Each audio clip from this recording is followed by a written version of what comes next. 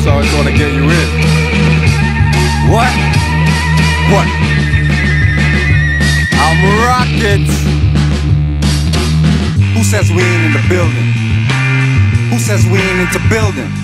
We the Moorish master masons, architects for your children, reppin' Friday 13th like Jason without the killing. But we promote life, oh it's all about the feeling. And we invoke light, yo, we them light beings. Though you might see him on the block getting his portion, might be talking to cops, giving them caution. Occasionally wearing his fez when he's walking. See the turning heads, whispering, gawking. But he's locked in, and he's zoned out while we boxed in our own house. We study the mystics, the adepts, the magi. Wisdom of the ancients can uncalcify eyes. Possible mission, free mental numbness. Extract the substance, rid minds of dumbness. Use the source, don't care what some purport. As we don't by being told man knows not. Many before the floor, souls got bought. Placed in the devil's hands, ruling the seven lands. To dogma rituals, negro spirituals. Brainwash subliminal, keeps thinking to a minimal. They still criminal, in a world digital so pitiful. Mental survival so critical, it's visible. Can you see past writers' blocks? Hashtag zombies with waves of cyber thoughts. No need for cell phones, they speak through saw palms. It's nothing for alarm, chips and forearms. Wind, brass and bass, such a beautiful serenade. Women feeding me grapes, I'm feeding the new serenades. Whether the sky is clear or gray, rain when you hear a fake, giving life to seeds. Speaking through who not here today. Show you the future in a glimpse. And always look to these hoes like hallucinatory pimps. Sun walked the desert, been more ever since I found God. Look back, used to see his prince. Forget being a prince, I'm a G. OD, grown man, no Jody. Deny it, you don't know me. Don't make me tap into the old me. That's like a couple hundred years. Walk around town with a couple hundred peers and release the peace of up fears. The sun gon' shine, so what tears? This young brother here just trying to get his third eye clear. This deep, Moors don't sleep. Invest in your mind and body and unleash. Real life rap, spitting over tracks. Conscious thinking and living and then attack. This deep, Moors don't sleep. Invest in your mind and body and unleash. Real life rap, spitting over tracks. Conscious thinking and living and then attack. So as the moon sets, the sun takes its place at schoons on blocks, inspired spots, filled spaces. Peel back, rats, who got cases. Fire stain the corridors of flemmo faces. Game changers, rule benders and no pretenders. Style lenders, channel my vibe through the vibrant optic lenses. Send a message to our veterans, soldiers up and get it in. We on our verge, we emerge subliminal beings. Third eye seeing, still a participant unwilling. They wanna break me, shape, bait, grade me. Rolling with my main G, double O-M-B. S-O-N is crazy. For a minute that you think you could take me for a fool, like a native to his land, being schooled by a foreign dude. You've mistaken me, spiders on the roof, in the dark tools. Have been saying you've mistaken me. You better move or I mark it. Power pin is my tongue, your existence to target. Revealing all lies and deceit on the market. Genocide carried out in pockets, I knock it down, bulldozer. David to Goliath, it's an exposure. Some big cats ruling and it's getting closer to your downfall. Round up all your soldiers. Little homie, I was seeking a fortune, tired of misfortune. I just wanted a portion, everything that I never had, though I needed my portion. Blowing like porcelain, haters fragile as porcelain. Getting broke, tired of being broke. How we acquire hope is the DJ skill and some dope, just to keep us afloat. Mind as deep as the boat, brain is a lethal weapon. We one need to elope. When I speak, I provoke. Walk in the room with my aura feeling like heavy smoke. Feel like when the levee broke under my Louis fitted the semi-poke.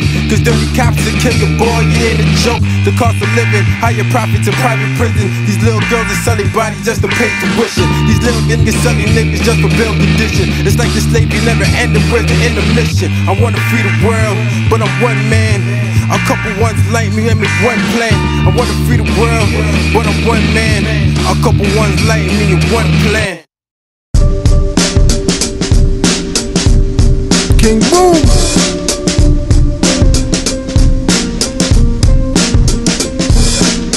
The problem is we started thinking like the colonists to know what true Ali started dropping it. The problem is we started thinking like the colonists to know what true Ali started dropping it. The problem is we started thinking like the colonists to know what true Ali started dropping it. The problem is we started thinking like the colonists to know what true Ali started dropping it. Dirty Moors still attempt to infiltrate the order. Active Moors are truth and take it to the corners. Across highways, past hedges and through borders. Move on dirty Moors like broken dam waters. Watch out for agents and provocateurs trying to get next to the heads with the doctor's cures. They never pay dues and don't pay dues, contradicting with King Alfred to give clues like news. Noble Drew Ali died some Palemore blues. Prophet saved him his money before the floor fell through, and that's true.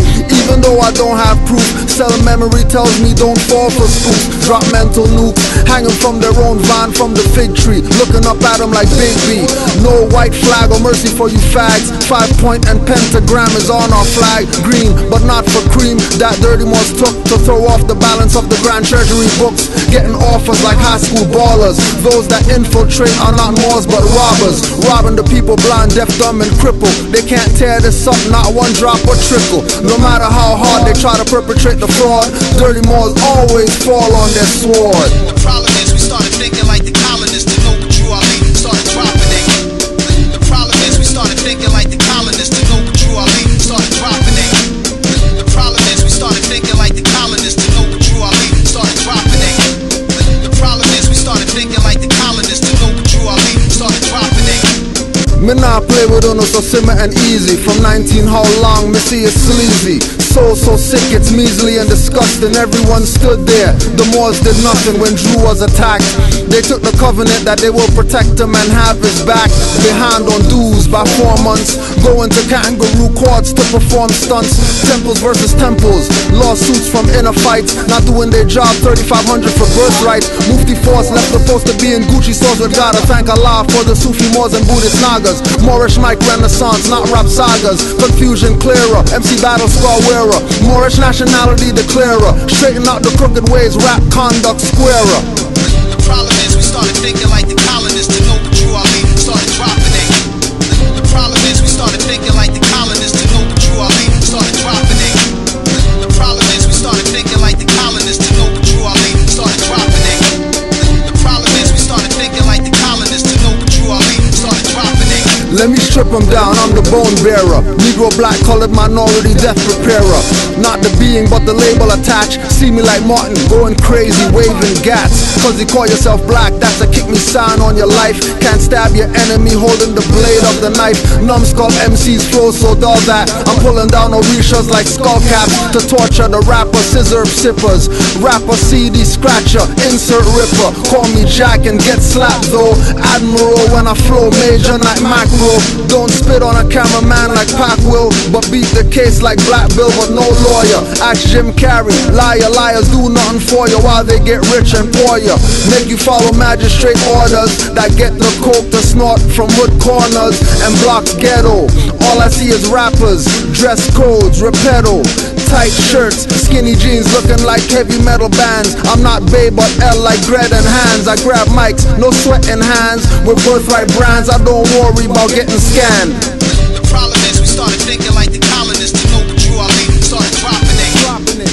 The problem is we started thinking like the colonists. To know what Drew Ali started dropping it. The problem is we started thinking like the colonists. To know what Drew Ali started dropping it. The problem is we started thinking like the colonists. To know what Drew Ali started dropping it. What up? Peace and love, Moors. I am your host, Mizraim Aleph L, along with my co-host, Shikujo, Grand Shikujo Awo L. Peace and love, Noble. Peace and love, Moor. Islam to all Moors worldwide.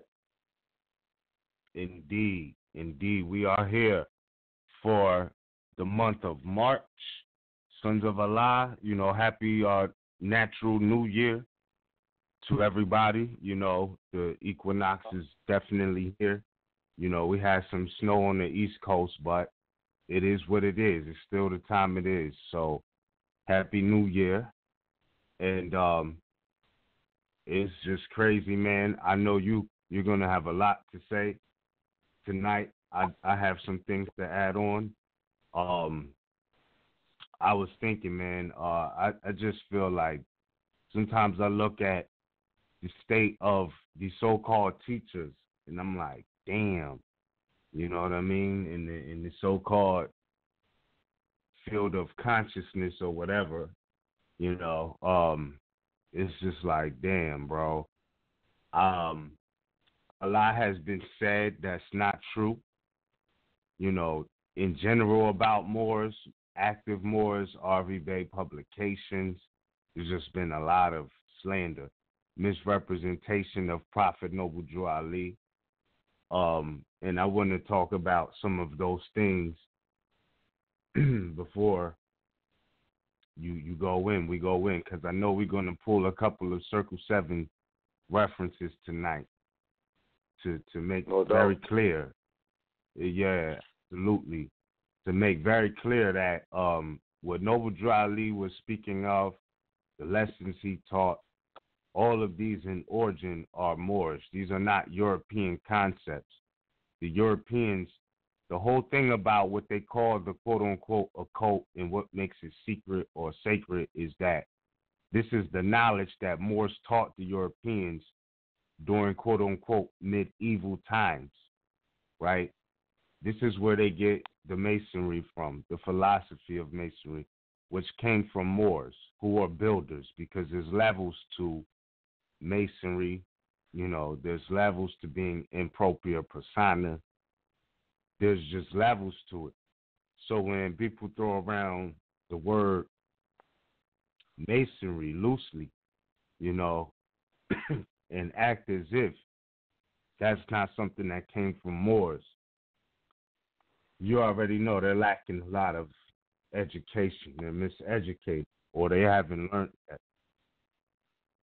I say that to say that, you know, there's been some disrespectful things said about, or I'll say more so ignorant, because, you know, you have people who are going through identity crisis, which when you really step back and look at it, is a natural thing for people who lost their identity to eventually go through an identity crisis in life, even if they're calling themselves conscious, even if they're calling themselves pharaohs, and then putting Allah on it, and then dissing Allah and Islam at the same time, because these are the titles that they run with, right? And this is just an example of many, but this is a young man who is obviously in an identity crisis.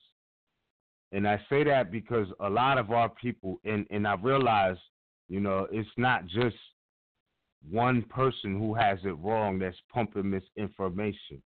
Like, there's a lot of people who have the concept of Moors being Aboriginal and indigenous absolutely wrong. Why do I say that? I say that because, you know, people will go with the European narrative that the Aboriginal people are called, quote-unquote, American Indians, but then try to fade Noble Drew Ali as if him saying that Asiatics is something foreign. But at the same time, you're promoting a doctrine, and this is not just one specific people. Europeans do it. Unconscious Moors do this. You know, it's a clear sign of the identity crisis that people go through. But they'll say that it was American Indians, and Indians are Aboriginal and indigenous to America. But then when Noble Drew Ali, look at the statements of Noble Drew Ali, and when he's referred to us as Asiatics, they say, oh, that's just the Middle East. This is not Asia. Why would Noble Drew Ali say, you know, he's talking about Asiatics being Aboriginal, but Asiatics aren't Aboriginal, Indians are. This is a clear sign that we lack knowledge of geography. India is in Asia. So let's say the Indians were Aboriginal indigenous to North America. Would they not be Asiatics still if Indians came from Asia? We could clarify that the fact that North America is Morocco. We know we're Aboriginal indigenous, and we know we're not Indians. We're Asiatics. We get that. I get that. You know, I really get that. Indian, you know, is definitely circumscribing the Asiatic nation, which still includes Moors, which still includes the history of the Moorish Empire in Europe, because Europe is a part of Asia. right? So when you speak on Moorish history, you have to really have a veneration and respect and understand it's not just circumscribed to the borders of what they're calling Morocco today on the modern map, which they show you as Northwest Africa. Moor's history is way broader and deeper than that. Asiatic history is way broader and deeper than that. All right? So let's be clear. What they call Europe is also Asia, which is why you see many Moorheads throughout the coats of arms of Europe, because originally this was Asia, still is. So their modern perspective of the map, you know, is flawed, is damaged, it's not pure. I say that to say that, excuse me. I say that to say that when you look at the lessons that Noble Drew Ali divinely prepared, you have to understand that, you know, the people he was trying to reach at that time were under spells. So when it says that, you know, these are for all those who say they love Jesus, a lot of Moors were under a Christian spell at that particular time, post-1770s, post-1774, post-1779. Were there still free Moors during this time? Absolutely there were. There were free Moors in the 1700s into the early 1800s, but this is when they basically started switching over the chattel, you know, brands, and that's what was going on. So when Noble Drew Ali came with lessons divinely prepared, it goes back to what Farrakhan was saying when he did the speech in Newark, so-called Newark, New Jersey, and he gave reverence to Prophet Noble Drew Ali, and he gave reverence to the Prophet Yahshua, you know. And in there, he was speaking about how Yahshua said many things about who he was, you know. Yahshua never said he was a Christian. So when he's talking about these are lessons that are tailored for all those who say they love Jesus, that's the key right there, because the Europeans always jack Moorish culture and make idols out of, you know, the true and living on all levels.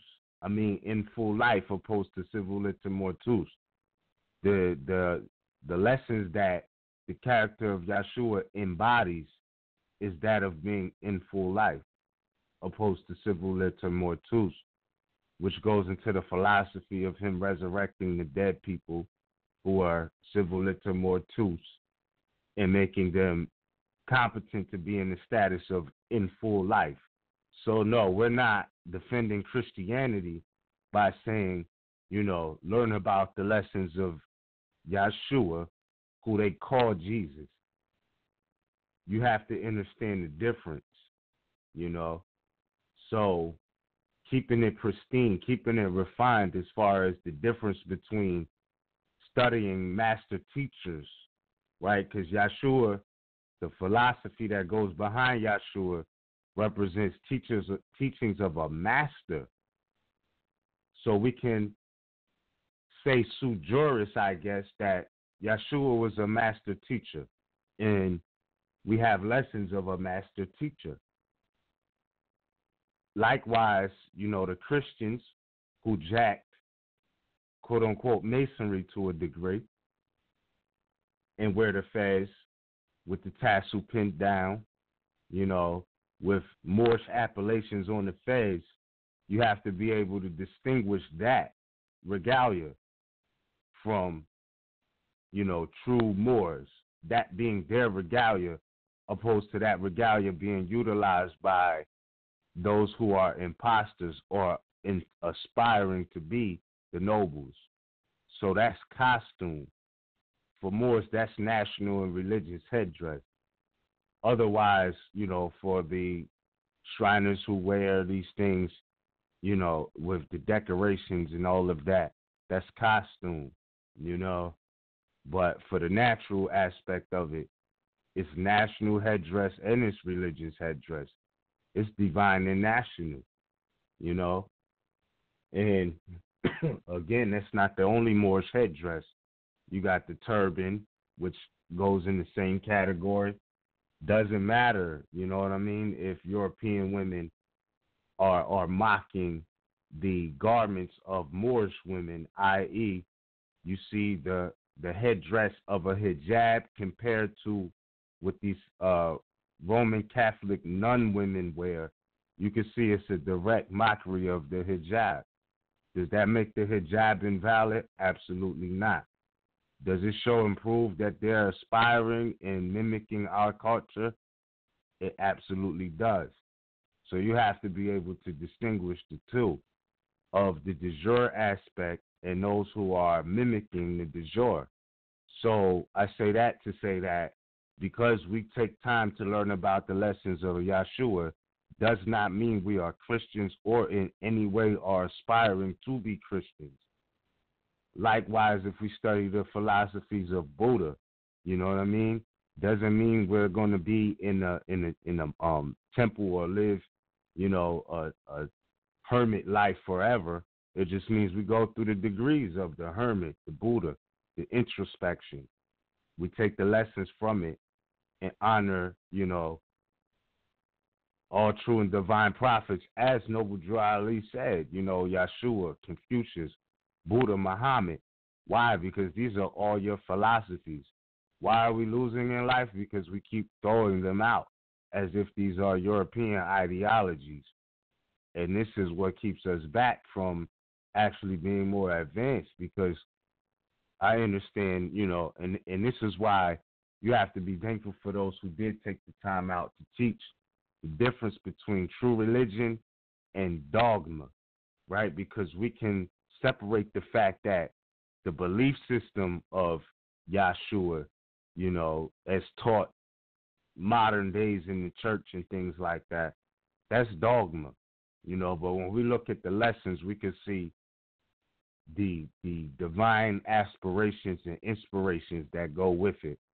So again, I can't stress enough the necessity to separate the two. So,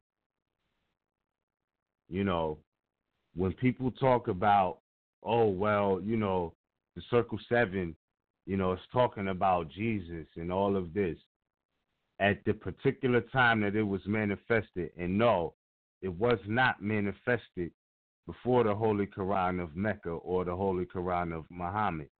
When they go into the history about, quote-unquote, Saudi Arabia, you have to understand, yeah, it's a big situation that happened in 1926, you know, with what they call Arabia, but it wasn't that they founded the holy city of Mecca in 1926. What happened was Ibn Saud, who also was a lineal descendant of Moors, who also is who you see in the cover of the Circle 7. You see in there is Sultan Ibn Saud, who was alive at the same time Noble Drew Ali was. He was alive during those days. And what happened was they took back over portions of what you call Saudi Arabia today because of Sultan Abdul Aziz Ibn Saud. So this is how you got Saudi Arabia. All right? Moors took it back. You need to know the history.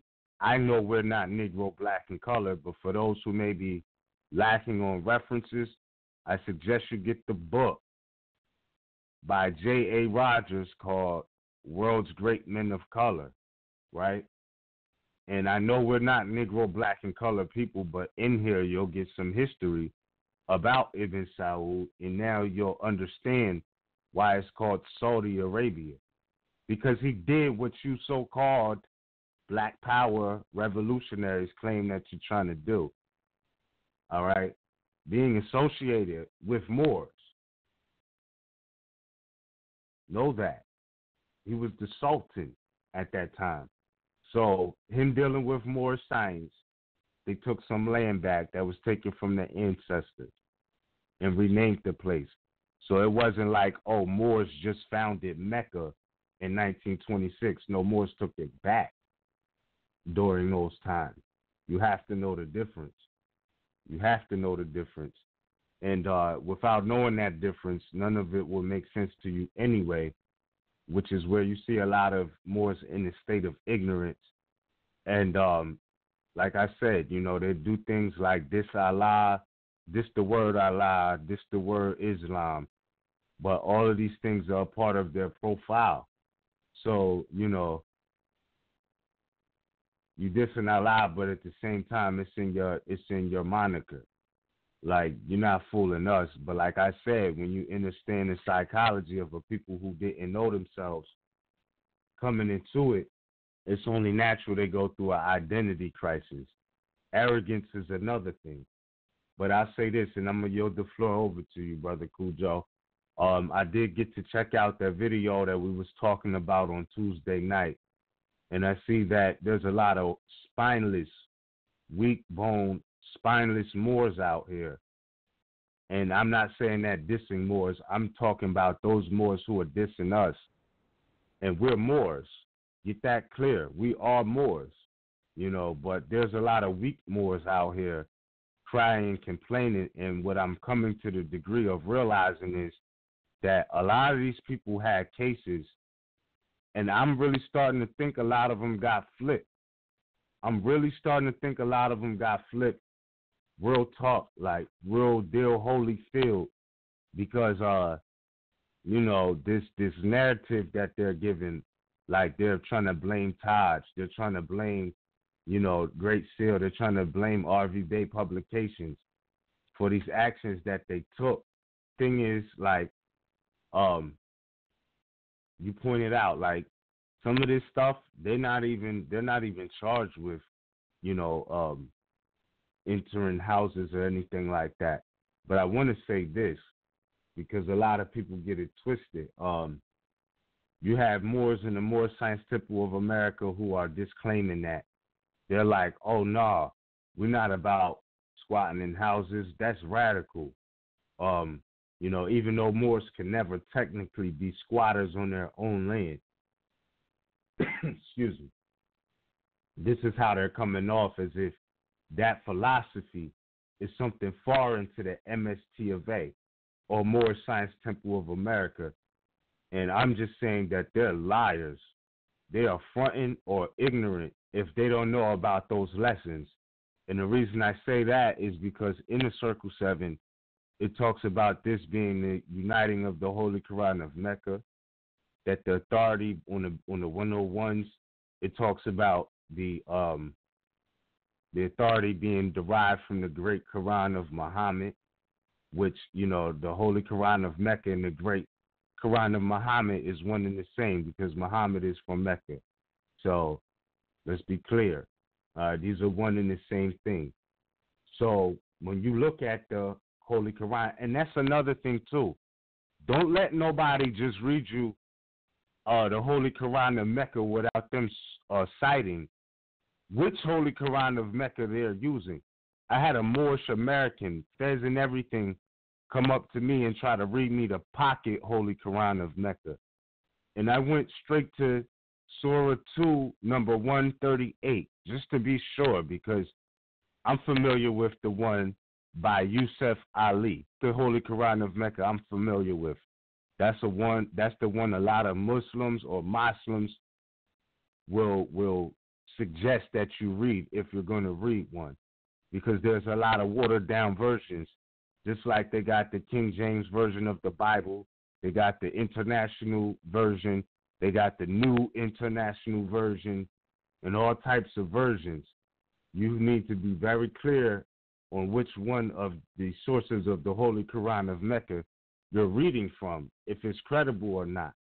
Because like I said, I had a Moorish American come up to me and try to read me something out of a pocket version of the Holy Quran of Mecca or the Great Quran of Muhammad. And it was absolutely bogus.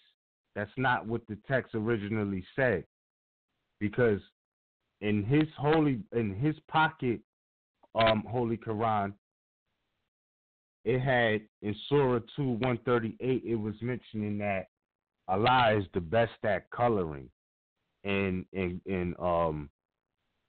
yeah, our baptism is the coloring of Allah. My jaw almost hit the floor. I said, bro, you know this is bull crap, right? Like, this is a modern washed down version. Do you have the Yusuf Ali version, like the big book? Because this will misguide anybody.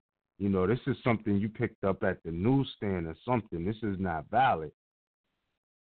Nonetheless, you know, when you look at it in the Yusuf Ali version, it doesn't mention anything about being colored and Allah being the best at coloring.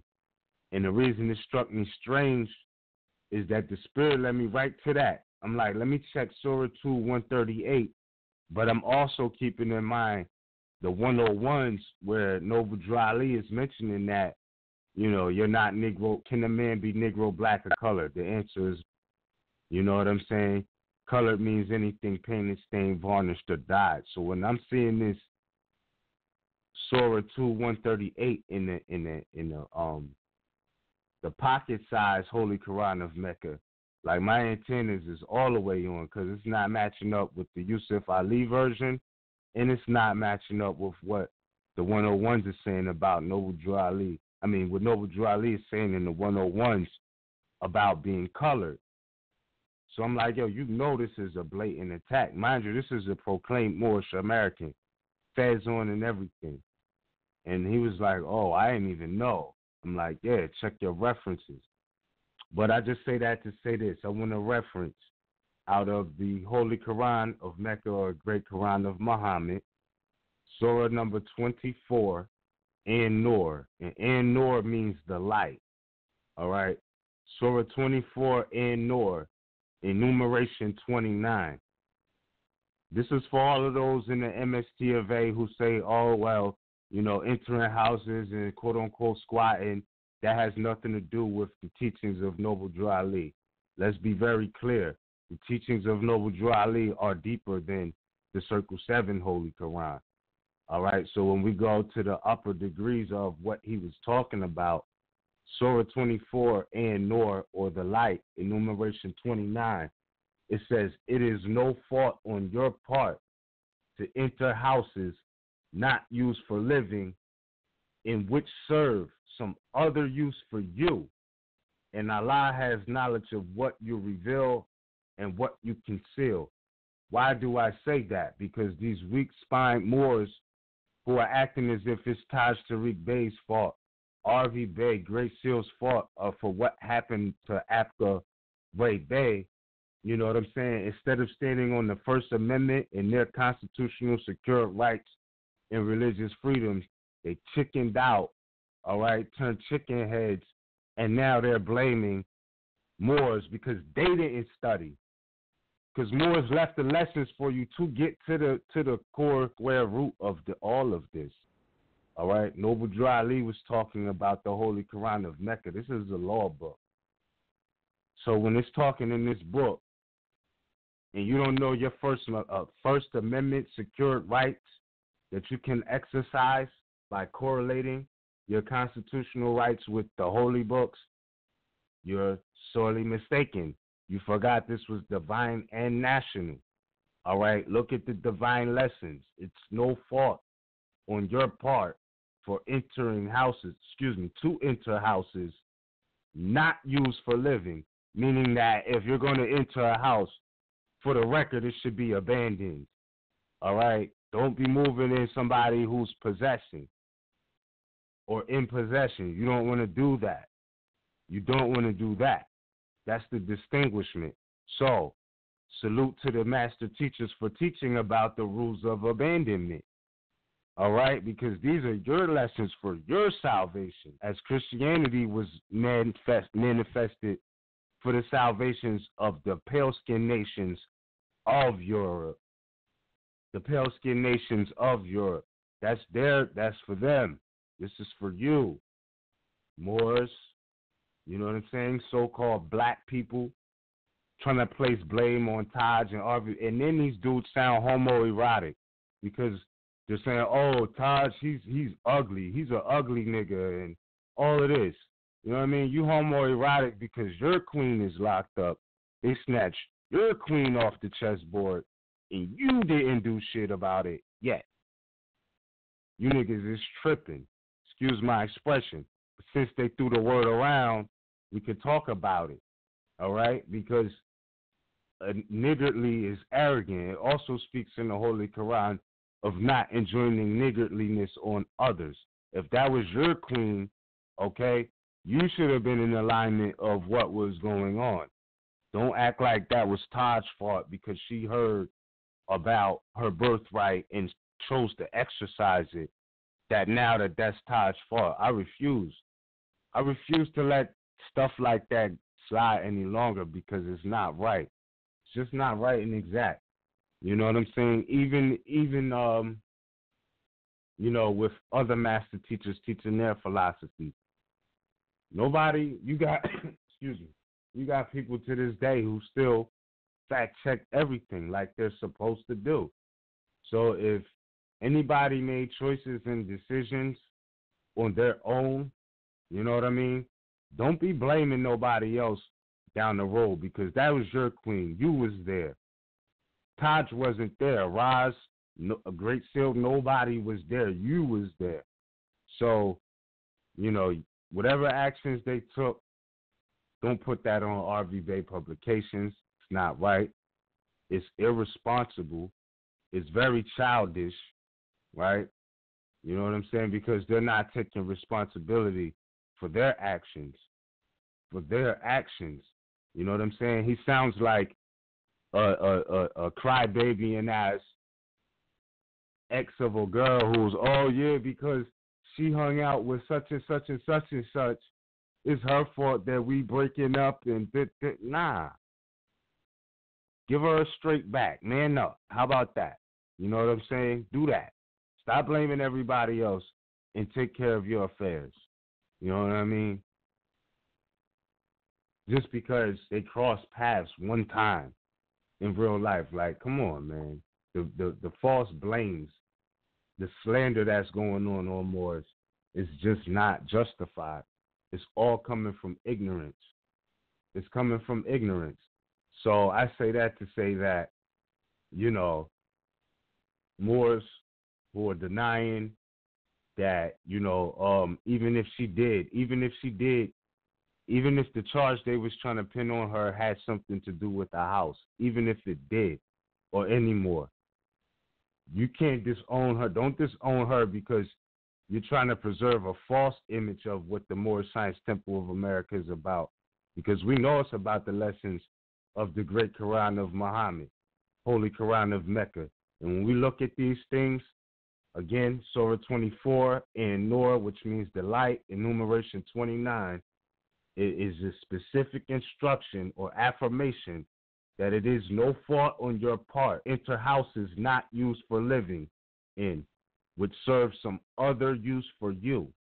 And Allah has knowledge of what you reveal and what you conceal. I say that to say don't do it because I just quoted that. Go research it for yourself. Go research the Constitution for yourself. Look at the First Amendment. Does it correlate? Is it a constitutionally secure right? So-called Moorish American? Huh?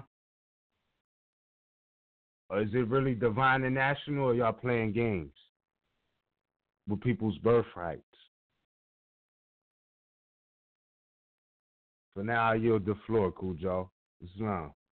Islam. You caught me chewing.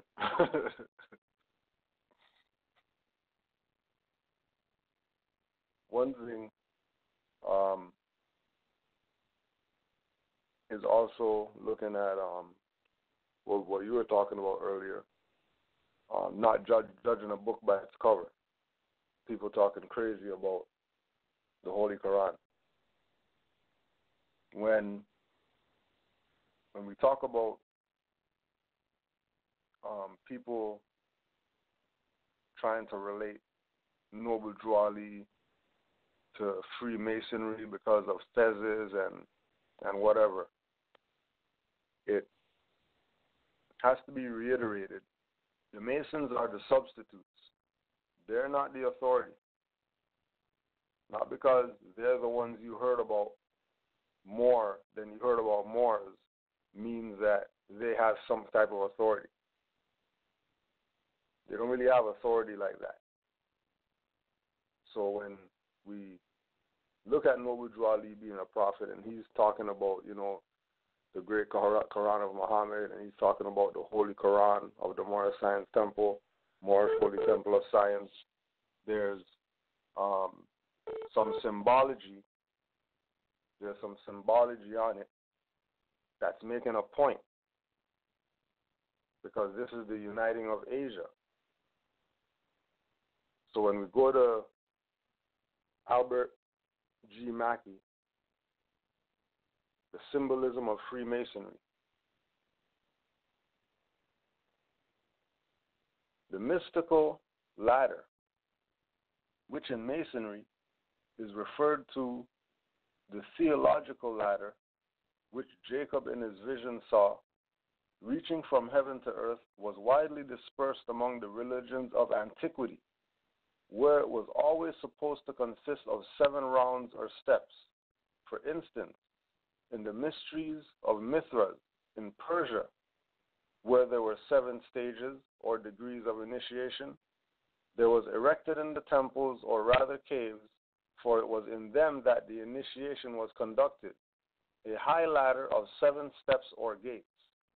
In the mysteries of Brahma, we find the same reference to the ladder of 7 steps, but here the names are different. 7 steps were emblematic of the 7 worlds, which constituted the Indian universe.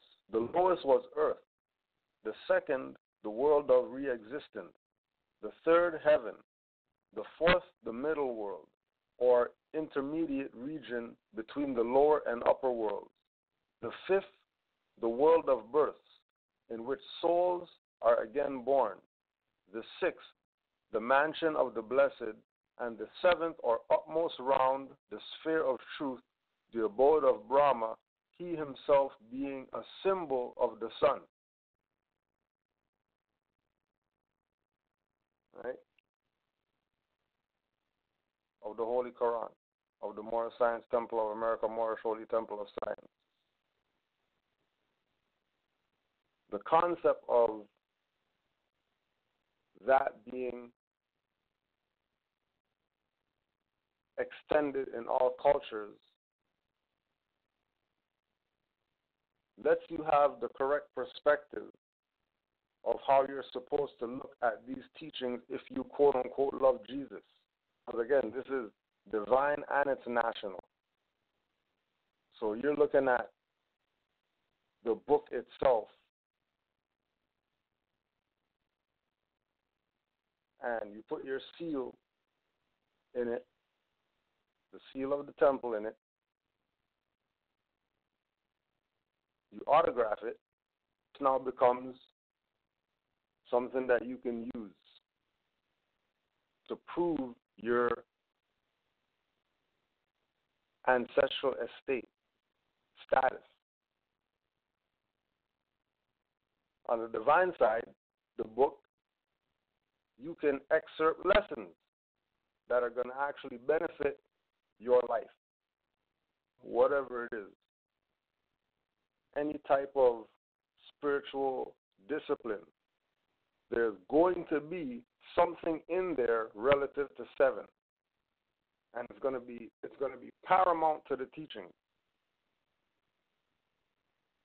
So if within their teaching they're going on this campaign promoting 7, then let's judge this book by its cover and see how vast that he took you just on the cover only.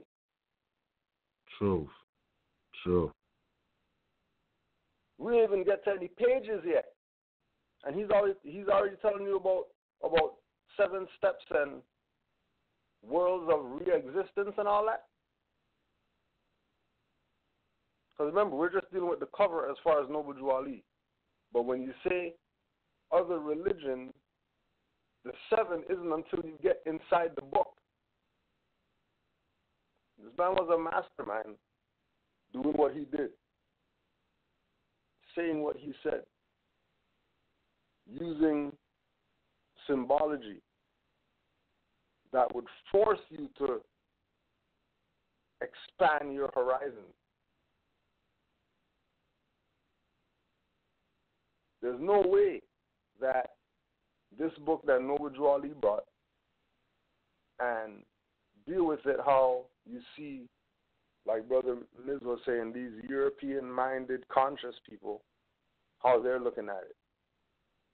Moorish history, same thing. Can't look at it like that. As soon as you look at it like a European mindset, you're going to be talking crazy like them.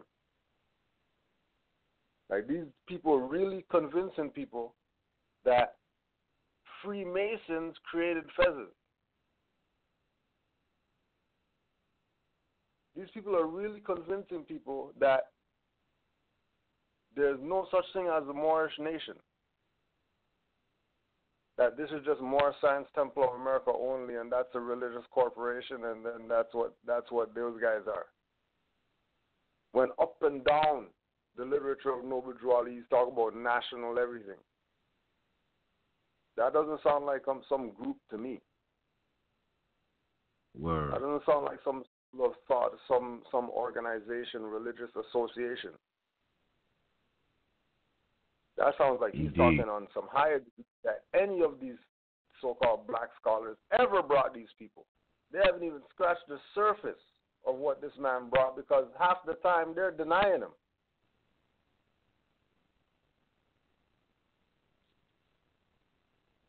Again, just on the cover only, a 7 with a broken quadrants around it.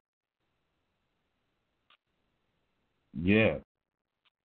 But then they'll get to the first line and start discrediting, because it says these lessons are for all those who love Jesus, right? And then they're like, oh, I'd have thrown it away off of just reading that alone. And I'm like, that's the most foolish, ignorant mind state you can have approaching knowledge. Because if you keep reading, it goes into the beginning of Christianity, and he tells you, you know what I mean? Jesus himself was of the true blood of the ancient Canaanites and Moabites and the inhabitants of Africa. So when you talk about Canaan land and Moab, right, even though we consider Asia, etc., you know what I mean? He's still letting you know that he's of the blood of all of this. Asiatics, Africans, you know, these are all Moors. When you look up the definition of Moor, it tells you any dark-skinned person, especially of the Asian or African race. I mean, come on. You know what I'm saying? This is what a Moor is. So, understanding they jacked the story just like the Virgin Mary. You know, they basically jacked the story of our set. It's nothing new. It's just these people don't acknowledge the history. And this is where the confusion comes in, because they keep throwing away that they're jacking all of this and then whitewashing it through imagery. And their perspective is based off of the quote-unquote whitewash. So they see a pilgrim with a fez and they associate Moors automatically. Like they didn't jack that from their people. Like they don't have, you know, fezzes that say Egypt on them as well. You know what I mean? Like they're not jacking Moorish culture, period. It's crazy, bro. It's crazy. And that even tells them that if the Europeans are gonna have Egypt on a fez, what the hell? What point are they making? It's not like the Freemasons stole the Egyptian culture, or were taught the Egyptian culture, and they dress like Egyptians. They don't dress like Egyptians. They have the Egyptian mysteries in Freemasonry, but they don't dress like Egyptians. Yeah, but see, one of the things that these fools keep missing is when they start studying basic books like Ancient and Modern Britons, you'll find out who they calling Egyptians are Moors. This is why they got the Scottish right, and they tell you about the Scots, you know what I'm saying, and the Picts, etc. being alleged gypsies, which are Moors. They blatantly tell you this. You know what I mean? The only people who don't know is us. We keep separated because we're so tribal. You know what I'm saying? And only off the imagery. You know what I'm saying? They only going off of the imagery. So or the place location opposed to the people who met at the place and did the damn thing. So they only associate, you know, high civilization with Egypt. You know what I mean? And it's sad because these were Moors. The aboriginals of the place were Moors.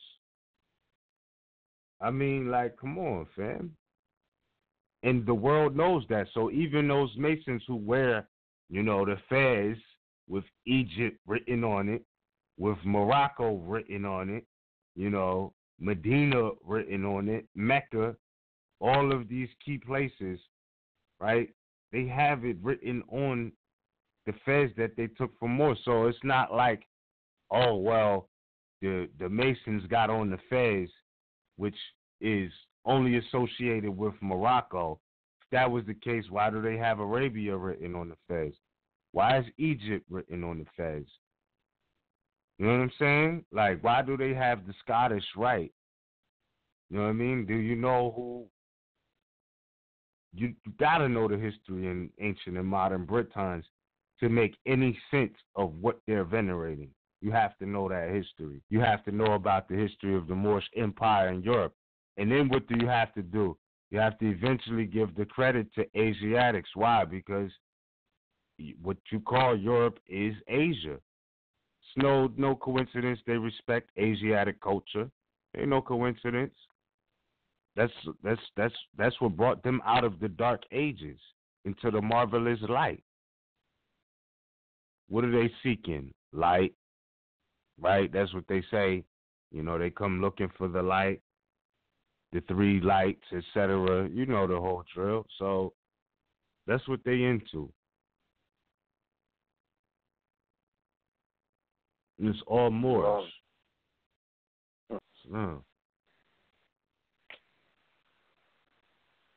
And to really, where's that book at?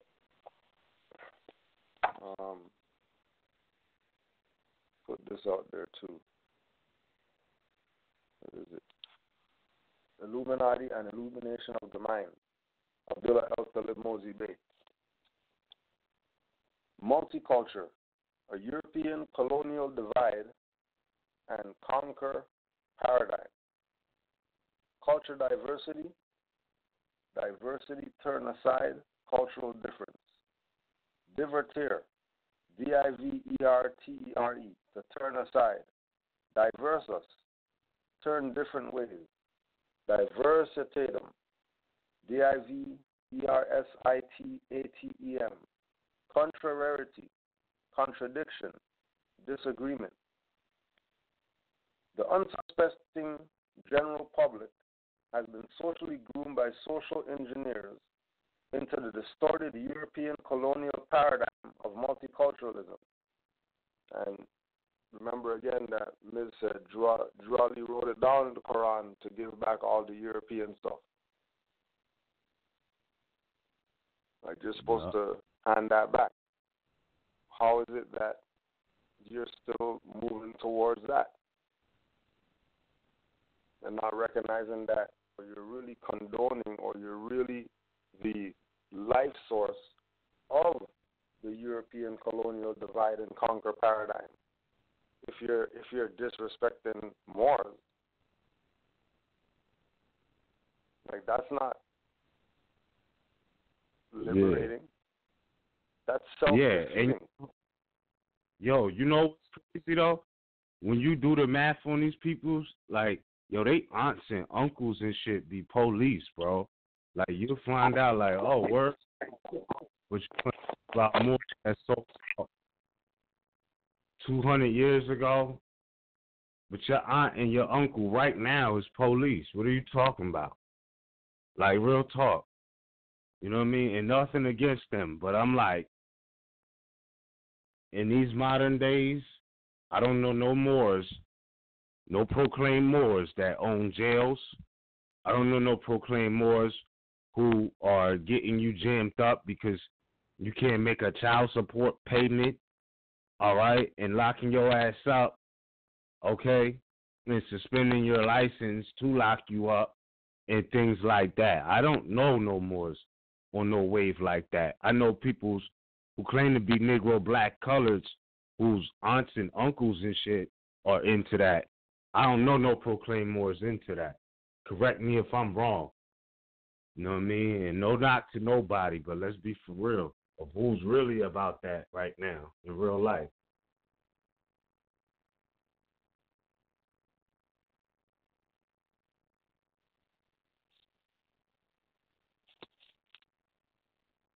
Islam. Yeah, I yield the floor. Yeah, Islam more. I'm just trying to find this part. Oh, this foundational knowledge of civilization has been preserved by the world elite, high-ranking Masons and Eastern Stars, as well as high-ranking members of religious orders. As a result of this cultural burial, the people throughout the world are misguided into schematic thinking of cultural diversity and multiculturalism. When people talk cultural differences, the conversations are limited to the perceived distinctions in foods, clothing, languages, music, dances, art, architecture, religion, holidays, and ceremonies. For example, when people talk about the various dances throughout the world, they rarely discuss their connection to agriculture. The dances are fertility dances honoring the planting and harvest seasons. Even though the dances are different, they all have a common origin. The general public has been indoctrinated into accepting the false paradigm of multiculturalism. Right? In this case, right, the false paradigm that they're not Moors. Right? The red flag with the green 5-point star is not theirs because the original flag was a red flag. Say they honor Noble Drew Ali, who said that there's a green star on there. So what do you mean? You know, like Noble Drew Ali said, if you don't have faith in what it is, then put down the stuff and go back to go be a Negro. You don't have to talk negative about Moors. Just stay as a Negro. It's fine. I mean, we're not going to be mad. We're actually going to respect you if you take that position instead of playing smart, playing like you know something. You don't even have a status. Majority of these people who are talking whatever it is that they're talking, they don't have a foundation, right? So, for example, they're going to talk BS, right? But this is what we're taught by the Holy Prophet. And when you go into the Quran, realize that at the top of the page is written the divine instructions. And instructions are, orders. So you can get something right.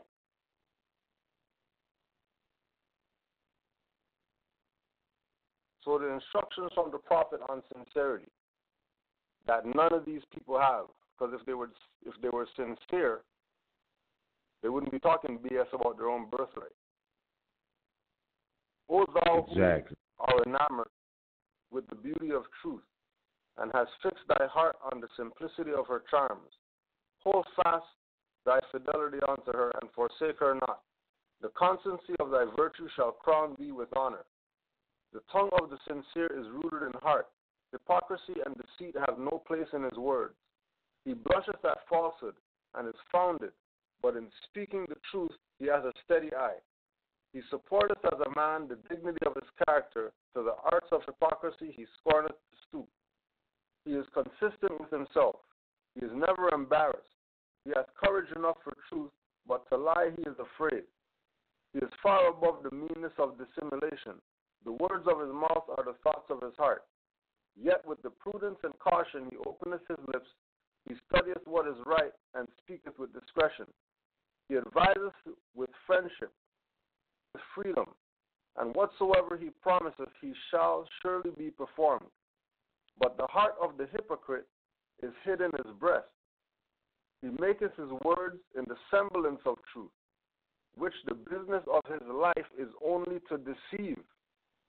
He laugheth in sorrow, he weepeth in joy, and the words of his mouth have no interpretation. He worketh in the dark as a mole, and fancieth he is safe, but he blundereth into light, and is betrayed and exposed with dirt on his head. He passeth his days in perpetual constraint. His tongue and heart are forever at variance. He laboreth for the character of a righteous man, and huggeth himself in the thoughts of his cunning. Fool, fool, the pains which thou takest to hide what thou art are more than would make thee what thou would seem.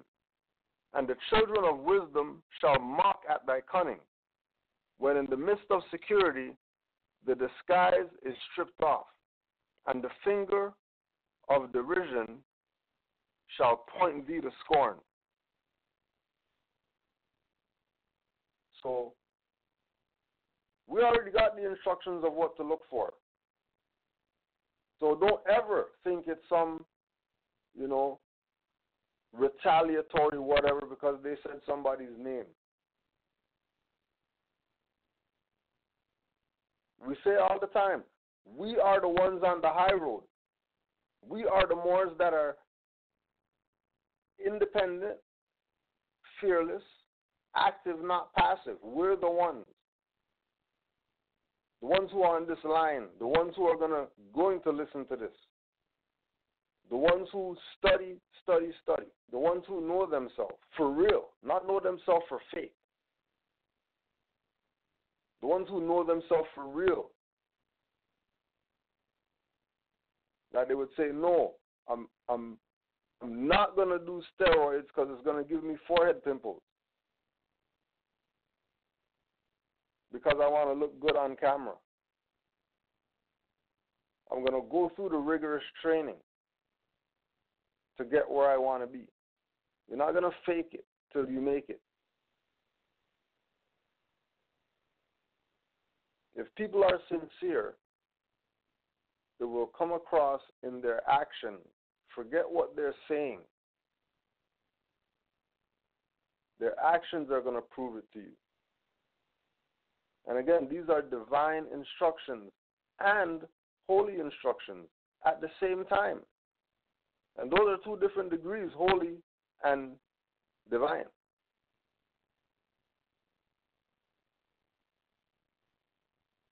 So you're getting topped up when you deal with Noble Drew Ali. And remember, the reason why you're dealing with the divine instructions is because everything that was put in this book was divinely prepared. And again, when we're talking about this is the Holy Quran of the Moorish Science Temple of America, Circle 7, right? We're talking about the same 7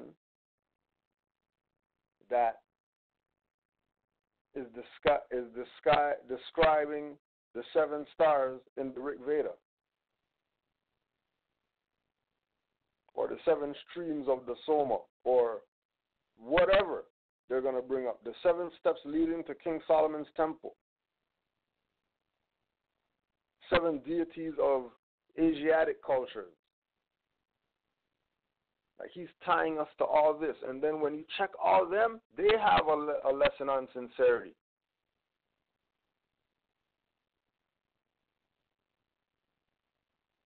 You go to the Buddha, he has a lesson on sincerity. Traditional Jewish culture, they got 7 palm trees and 7 nails and 7 doors and stuff like that. What do they have all that for? And have no connection to, they have no connection to Moors or Moorish science or the ancient Egyptian mysteries?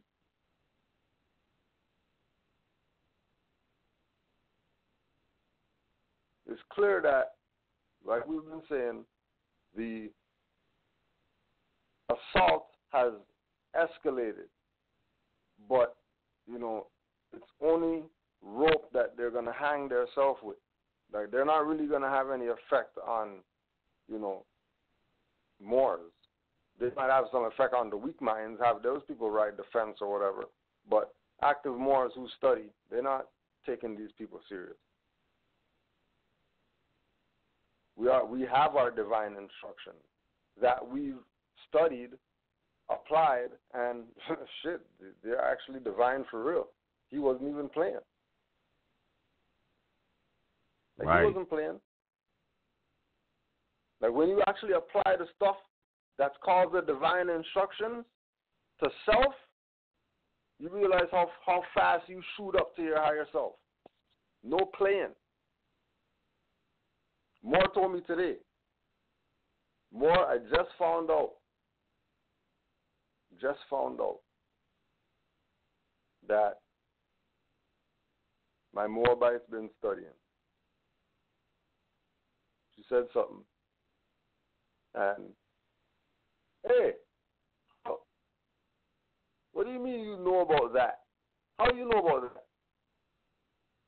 She's watching stuff. Right? Not saying anything in the open, throwing out little things in conversation. Because the quickening is going on right now. Been going on. Yeah. It's been going on. Just step back and remember that we're still here. Look how many people have switched that were talking BS about RVBey, Taj, and whoever else, and then fell off. And then we're still here. And then some more people jump on, and then they have their bandwagon going. And then they go for 6 months, and then they stop. Quiet for a little bit. And then all of a sudden somebody pops up. And then some older people pop up. Then people who you didn't even expect to be dirty pop up. Mm. Because it's that time now. Only weak minds will perish. Only weak minds will get caught. Because they took what Moors were saying for granted. They figured, Moors didn't know what they were talking about, and Noble Drew Ali isn't a prophet for real, and they have this figured out. They don't need Moors for anything or whatever. All right. Everything's going to come full circle. Has to. That's just the law. Yeah. Are you going to be out of the ark again? You're going to get left off the ark again? How many times do you have to be left off the ark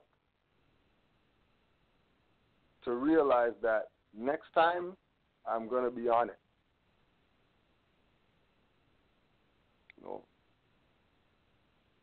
Some people it's a lifetime, many lifetimes. But the ones that are here now in that place, just remember, you better remember the sincerity scroll. Don't take any of these stuff light. Because you see, there's a little book. This book ain't nothing. Yeah, right. This book is the Demon Caster. This is the book that you will suppress the lower self with. Have the lower self bow to the higher self. Don't even want to be part of uplifting of anything. Lower self, yield the floor. Never talk ever again. just be on mute.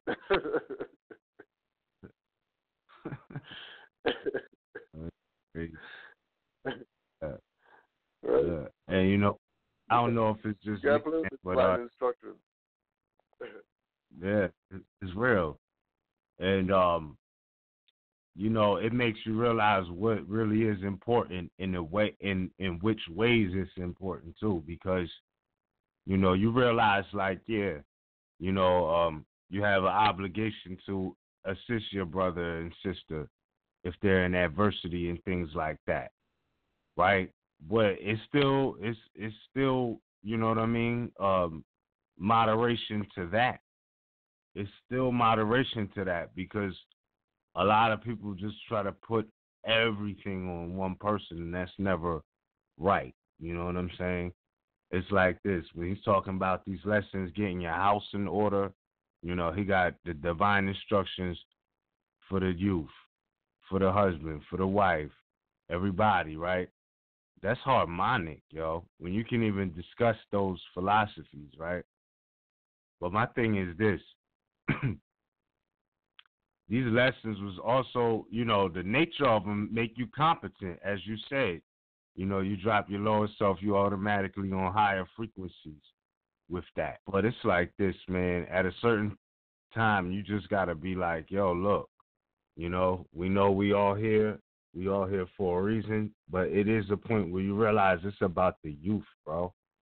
You know what I mean? And that's what's more important than anything, is the fact that it's about posterity, you know, because when you can pass those philosophies down to your youth, and when I say that, I mean whether that be your niece, nephew, you know, younger cousins, whatever, you know, when you start bringing philosophies or exercising certain moral principles that you immediately see the benefits from in your family.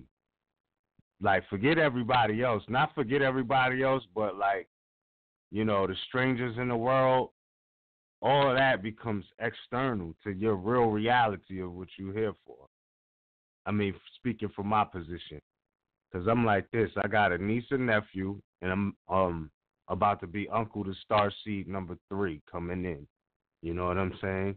Which it made me realize, like, nothing is impossible in life. Even when, you know, they say sisters can't have they can't carry, or they might miscarry or whatever. Like, it's never the end. Like, they can always do it again if that's necessary. And I'm like, yo, it's about them, you know, because the youth more than anything, because they're up, they're awake, they're not asleep. They are not asleep. I mean, like, they really are just not asleep. They will give you some lessons out of the Circle 7, and they never even read the Circle 7. And they be giving you just the basic philosophies of life. So, I mean, I see that book as, like, it's just so many levels to it, you know? And I appreciate it. It definitely helps grow people up from minority status to competent status in the mind. And more so removes the aspect of relying on the middleman, you know. And again, one of my favorite chapters is chapter 14, especially enumeration 24, was telling you to be careful of these people that you meet in life with, like the lawyers, the doctors, the scribes, all of these things, you know, because sometimes you look at yourself, right? It's about studying yourself, which he makes abundantly clear in chapter 3. That, you know, if you ask what to study, I will reply, study yourself, you know. And when you study well, you know, this will be his response to you. Study yourself, you know, and when you do that, it correlates with the hermit mode that he was speaking about in chapter 14. And you come off like, yo, hold on, I'm getting pretty competent. I don't think I need these middle people no more, you know what I mean?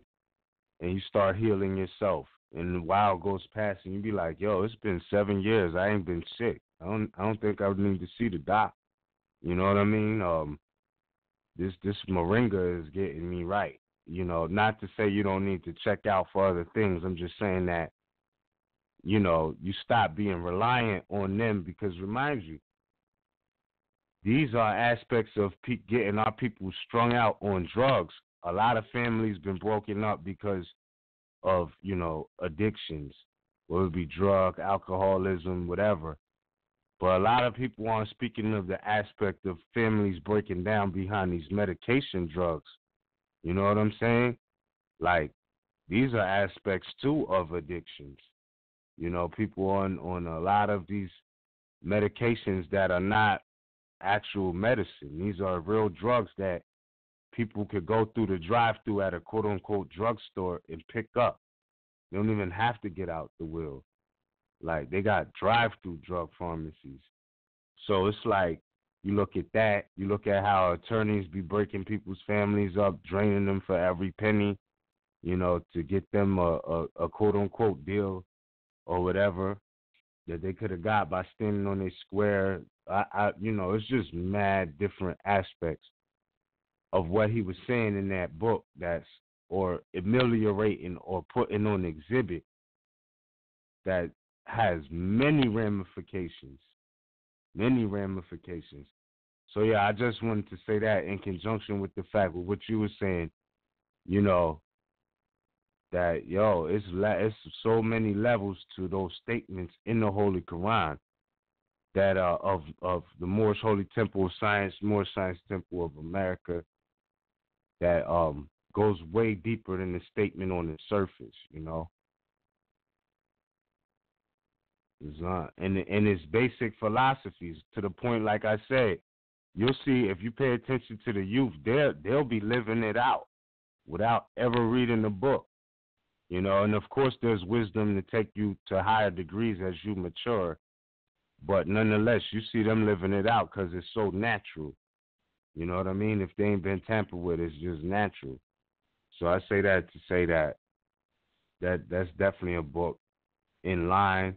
You can't judge it because it says, this is for all of those who say they love Jesus. Those was the ones who needed to come up out of the spell. So of course it would be for them. Why wouldn't he? You know what I mean? Like, why wouldn't he say, look, you saying you love Jesus? I need you to know this. You know what I mean? Because they were under impressions of misrepresentations, whitewashed images where they had pilgrims looking like they was Joshua. He's saying, no, he's of African, Canaanite, Moabite. They weren't pale-skinned nations of Europe. They were not.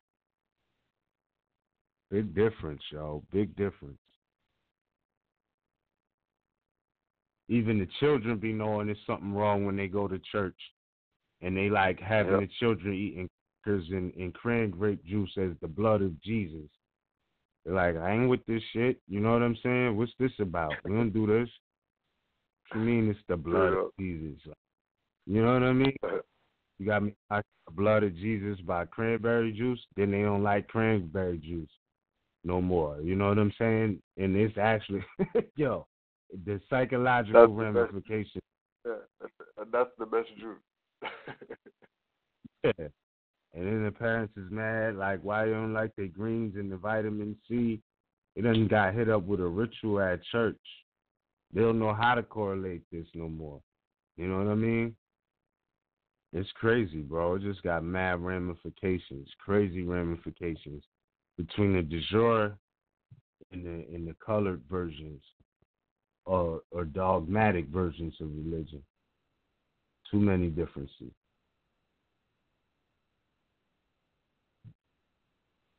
Yeah. And again, for the people who, have doubt or whatever to beginning of Christianity. Now, if he's not telling you what it is in this, just be an open-minded individual for once and really digest what is going on, what type of message he's relaying to people as a whole with this chapter. You know what I mean? Just for yourself, your own reflection, of what point is he really trying to make? Like, what's he really trying to say here? Right? The foundation of Christianity began in Rome. The Roman nations founded the first church, of whom crucified Jesus of Nazareth for seeking to redeem his people from under the Roman yoke and law. Jesus himself was the true blood of the ancient Canaanites and Moabites and the inhabitants of Africa, seeking to redeem his people in those days from the pressure of the pale-skinned nations of Europe. Rome crucified him according to their law. Then Europe had peace for a long time until Muhammad the first came upon the scene and fulfilled the works of Jesus of Nazareth. The holy teachings of Jesus was to the common people to redeem them from under the great pressure of the hands of the unjust, that the rulers and the rich would not oppress the poor. Also, that the lion and the lamb may lay down together, and neither would be harmed when morning came. These teachings were not, and one thing too, also that the lion and the lamb may lay down together and neither would be harmed when morning came. Just remember that all these Moor Science Temple of Americas have that line as symbology on all their charters. The lion and the lamb laying down in yonder hill. Just so you could have some obligations to hold them to. That's sitting right there on the wall. That you're just sitting there and not looking at this from the perspective that you should. By these same middlemen, all the prophets came to tell you you don't need. These teachings were not accepted by the rulers, neither by the rich, because they loved the principles of the Ten Commandments. Through the Ten Commandments, the rulers and the rich live, while the poor suffer and die. The lamb is the poor people. The lion is the rulers and the rich. And through love, truth, peace, freedom, and justice, all men are one and equal to seek their own destiny and to worship under their own vine and fig tree, after the principles of the holy and divine laws of their forefathers. All nations of the earth in these modern days are seeking peace, but there is one true and divine way that peace may be obtained in these days, and it is through love, truth, peace, freedom, and justice being taught universally to all nations in all lands. Now, this is 1920s.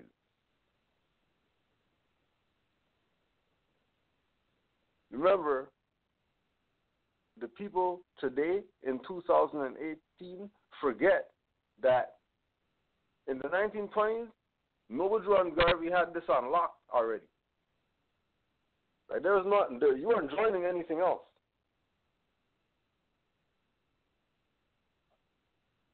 You were going to be part of one of those. You were going to be part of the Moorish Jews of Harlem, or you were going to be part of the Ahmadiyya movement. I know Black Panthers and NOI and Nuwapians and all that stuff in the 1920s. Exactly. None of that stuff in the 1920s. None of all these different whoever's saying that they're the ones that have the paperwork that's going to get you to whatever. None of those people.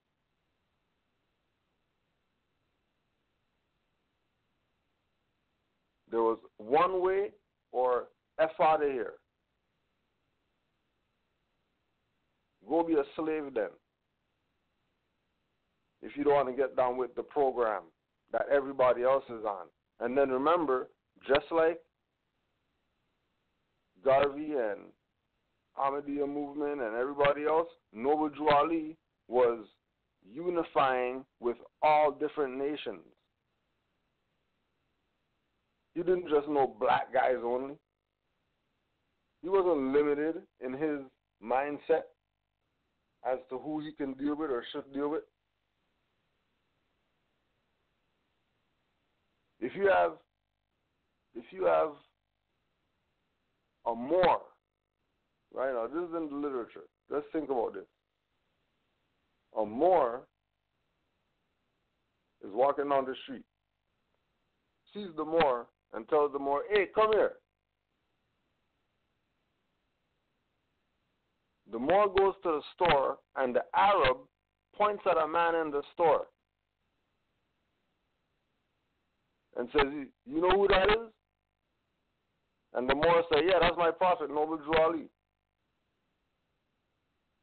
And then all the Arabs pulled out nationality cards.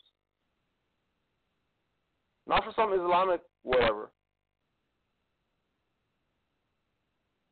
but to show that they're tied to the Prophet. Gave honors by why not be part of his organization. You're looking at it like they're putting him on. They're not putting him on.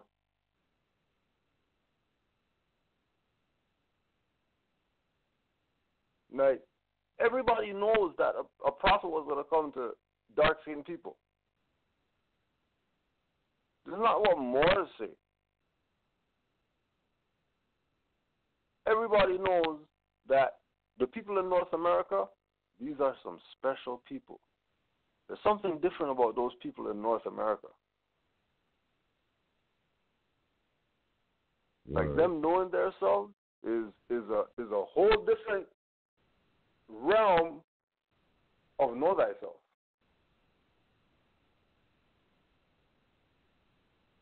Because remember, everybody else has told their own story. We're the only ones, we're still making up fake stories. We're going to make up stuff. What if they call Black Panther Moorish Panther? And instead of Wakanda, he was in a Moorish Empire. Yeah, bro. You know what's funny? They basically did say that. I mean, because Wakanda is an Aboriginal appellation of the Western Hemisphere, meaning Great Spirit. You know, so that means that our people are lost. Dumb lost. I'm going extreme. Like, okay, why not just call it Moors then? If that's what it is, why are you playing? You know what I mean? Tell Disney FOH and just put it out yourself, but call it Moors. Like, you tell me not enough black guys to put some money together to put that out without whoever? Without the background people? Without the middleman?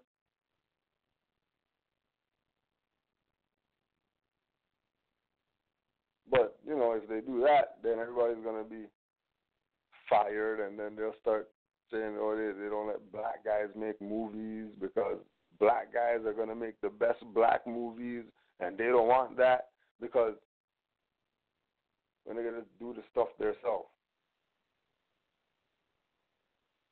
Can't tell me. If we're spending $50 billion on hair or whatever, no way. There's not the people out there to make this stuff change tomorrow. And if they have the ability to do it and they're not doing that, F them too. Whether you use fiat, gold chain that they got around their neck, whatever that they could use to assist in changing this thing around. But they'll never do it because they want their check. And then people are getting mad when a publication company is selling books. Like, you're not mad at Nike. You're not mad at freaking Jordan for $5 to make a shoe, selling them for $400. You're not mad at that. You're complaining about people who's doing good stuff. People who put their life on the line in certain situations or whatever. So other people could say that they're Moors. And then you don't want to recognize, you don't want to support that. You don't think people are hustling people when they're begging for just some crumbs. Because active Moors already know we're gonna do this ourselves. It doesn't even matter. We don't really need people's support like that, because this is gonna happen regardless. Like, it's not, play like you don't want to support and all that. It's okay. Stuff's still gonna happen. People who take the lackey position and do nothing, there's ones opposite them that are going to do 800 times more work than these people would have ever did anyways. So let them stay there in their lackiness. Let them stay there in their dis noble Juali and dis the Moorish Quran and all these things. Because again, we're on the high road. We're watching the destructionists fall. We're watching innocent people get it too, just because.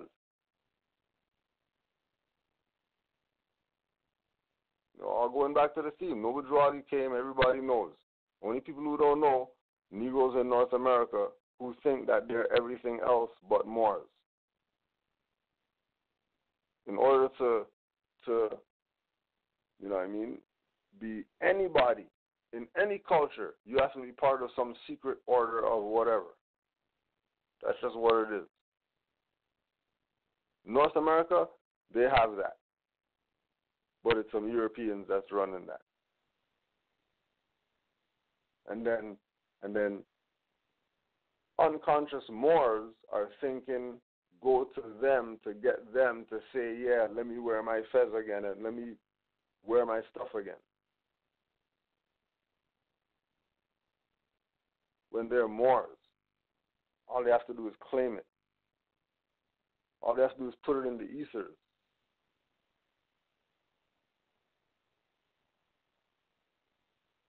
This is why it's so much work.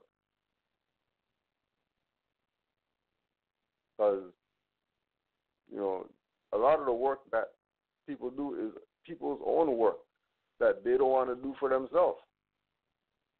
That's why there's backlog.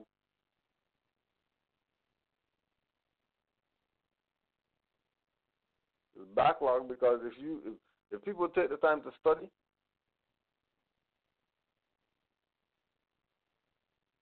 they would be able to see the vastness. If people took time to study, they would be able to recognize in every way how much they actually are Moors. Like, even when they look back in their own life, before they started saying they're somebody. When they were Negroes, they were still Moors, doing Moorish stuff. I didn't even know that that's what that was until they got Moorish knowledge and looked back like, oh, damn, that was Moorish, that's what we were doing. You know, you look at the quote-unquote slave name that we got. Majority of us, those names trace back to something Moorish. But only if you look at it from the Moorish, or through the Moorish lens, you even be able to pick up on certain things. Because black lens is a black lens. You can't see anything. Like, there's nothing to see, just blackness. Moorish lens, you can see it all. And that's how we're trying to just get our people to see. Just take one step back so you can see how real this is. 2 steps might be too much. You know what I mean? You might take 2 steps back and blow something. Don't slow down. This is more science. This is not paying attention and the escalator's coming to the end. You're not paying attention. You're going to look dumb to all those people behind you.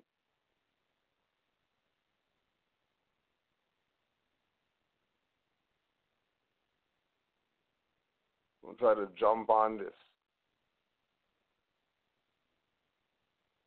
Because this is vast. There more. Let me yield.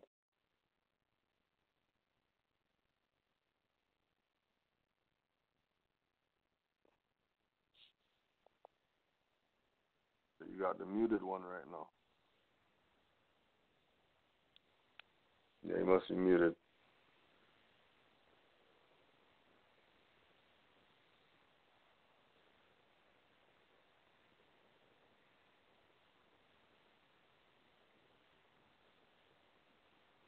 Well, again,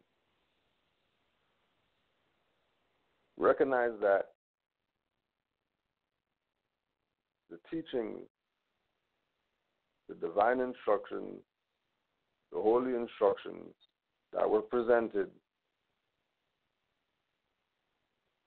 really opens up a lot of other doors that you must walk through. You cannot choose not to walk through other doors of knowledge just because you're a Moor and they didn't say Moor. Well, if they said mystic, you should walk through. If they said archaeological evidence, you should probably walk through. Don't limit yourself. You're a Moor and it has to be only Moorish. No, it's going to be in many shapes and forms.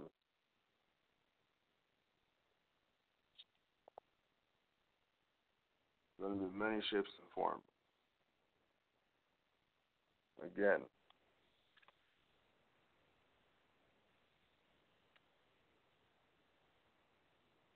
what is it that they hate? What is wrong with what Drew Ali presented?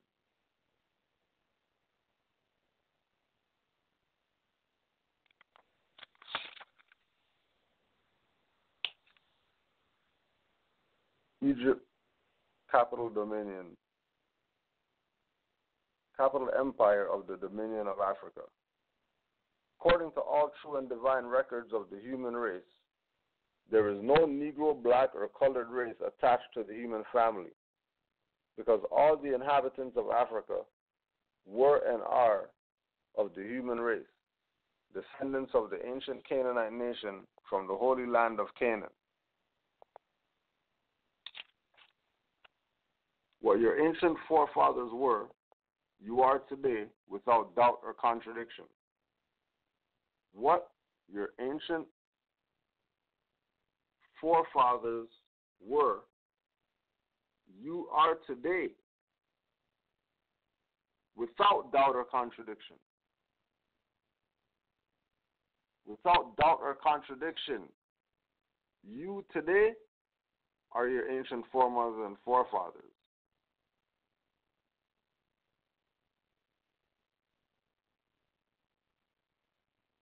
There is no one who is able to change man from the descendant nature of his forefathers unless his power extends beyond the great universal creator Allah himself. These holy and divine laws are from the Prophet Noble Drew Ali, the founder of the uniting of the Moorish Science Temple of America. Oh. So all them are supposed to be united. How come they're playing separate? How come they're playing they don't like this one and they don't like those Moors over there because those Moors teach this and that? When Prophet was for the uniting of all that. How come they won't meet us where we meet them? Like we meet them that, okay, yeah, this is religious corporation, true. You know, we're going to say a constitutional right before some religious whatever. But, okay, we'll ride with you. But they'll never go with the national aspect. When Drew Ali was uniting all of this, not just the uniting of the Holy Quran, the uniting of the Moorish Science Temple of America, obviously there was separation going on.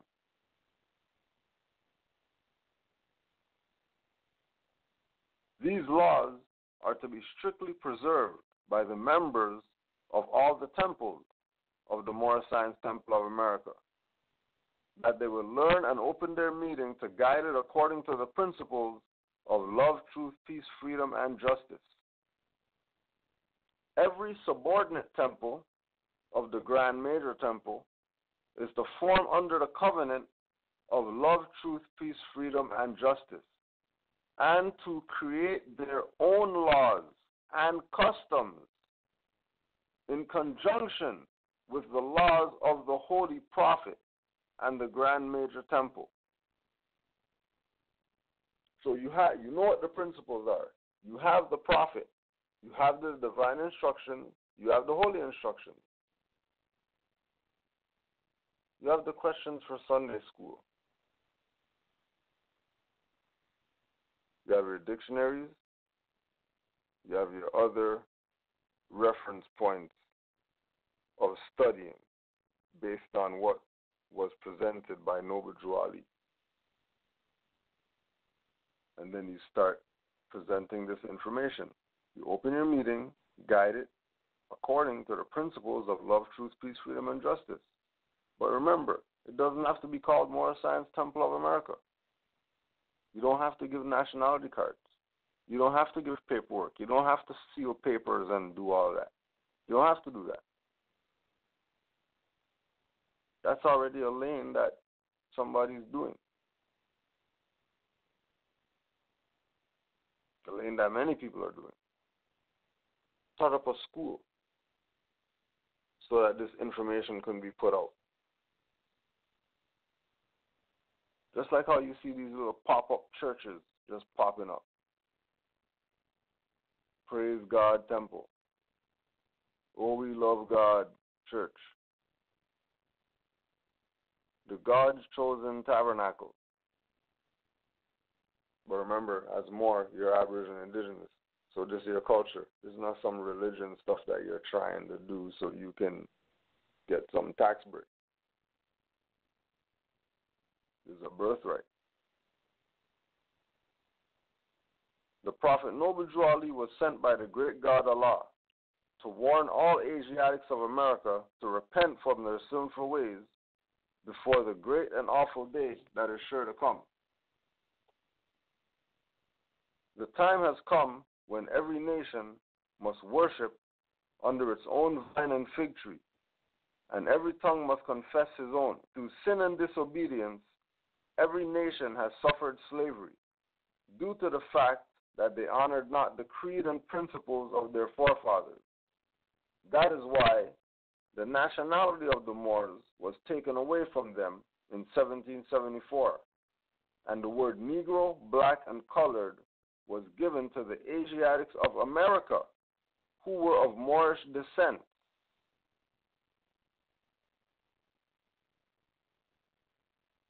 The nationality of the Moors was taken away, and the words Negro, black, and colored was given Asiatics of America.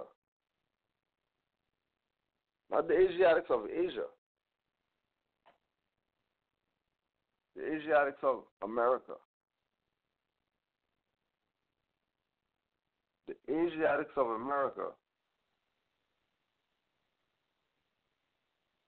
were branded as Negro, black, colored and lost their nationality, which was their bloodline that they were Moors. Once that was lost, the Europeans adopted what was lost, which was the nationality of the Moors. But the Europeans can't use it in its full capacity because they're not the bloodline. They're substitutes. So the substitute teacher only has what the teacher left to teach. The substitute teacher doesn't have, they don't got any say. You know, they get the attendance. They get the lesson for however long they're substituting for. But that's it. They don't have any classroom power. That's why every time there's a substitute, class goes nuts. Same thing that we're seeing today. The substitutes in power, and the place has gone mad. 80, 100 trillion in debt and all this stuff because substitutes been running the game.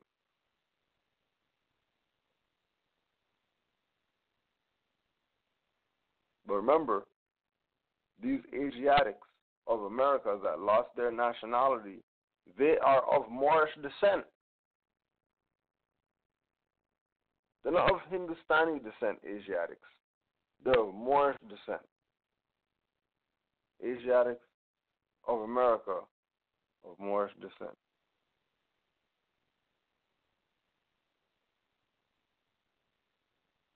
Because they honored not the principles of their mother and father, and strayed after the gods of Europe, of whom they knew nothing. Strayed. You know, like a potong. You know, when a potong, the stray, and you don't want that dog in your yard, you know. No strays. Stray cat. About a man who took in a stray cat to story from up the road. Man took in a stray cat. Stray cat killed this man in his sleep.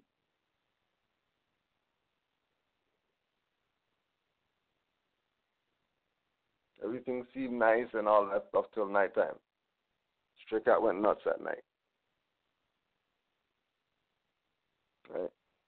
Strayed after the gods of Europe. And straying after the gods of Europe that they know nothing about. It's not even like they... No, we're talking about Moors. Moors lost their nationality. Straying after stuff that have nothing to do with them.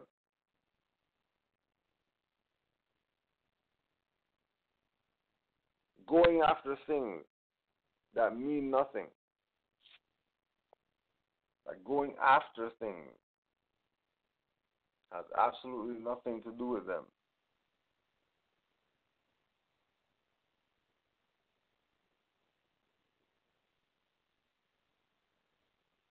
Right? So if after you read all that, confused about what's up, you can't still be confused after all that. Remember, we went through the lessons of how the cover goes, how deep the cover goes. The days of study you're going to go into just by studying the meaning of the number 7 in all different cultures, not just one. Hey, how was this? Pick 7 cultures. I found the meaning of 7 in these 7 cultures. And then when you find those cultures, check their holy books or their mystic books or whatever books they got on spiritual enlightenment. And then relate that to what you have in your 7 book. And I bet you things match up. Like you would think they studied from Noble Drew Ali or Noble Drew Ali studied from them. Stuff's going to match up. This is why he said we honor all true and divine prophets. Because it's really one school of thought. It's really one idea. It's Allah. Everything goes back to the source. Yeah, well, we say Yahweh and we say, okay, but nobody's saying don't say that. Yeah, you want? What's your nationality, though? Or you're talking some BS? All right, well, then that stuff you're calling on, that stuff's not going to work. You're calling on idol gods at that point. You have no nationality? Talking about you sending praises to something? It's falling on deaf, invisible ears.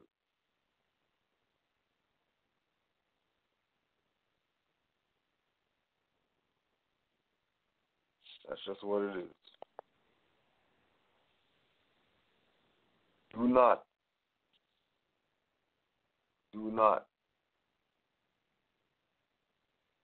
think that Noble Drew Ali didn't bring it all. So, from a perspective, like he brought everything that it takes to save a nation. Everything that it takes to save a nation.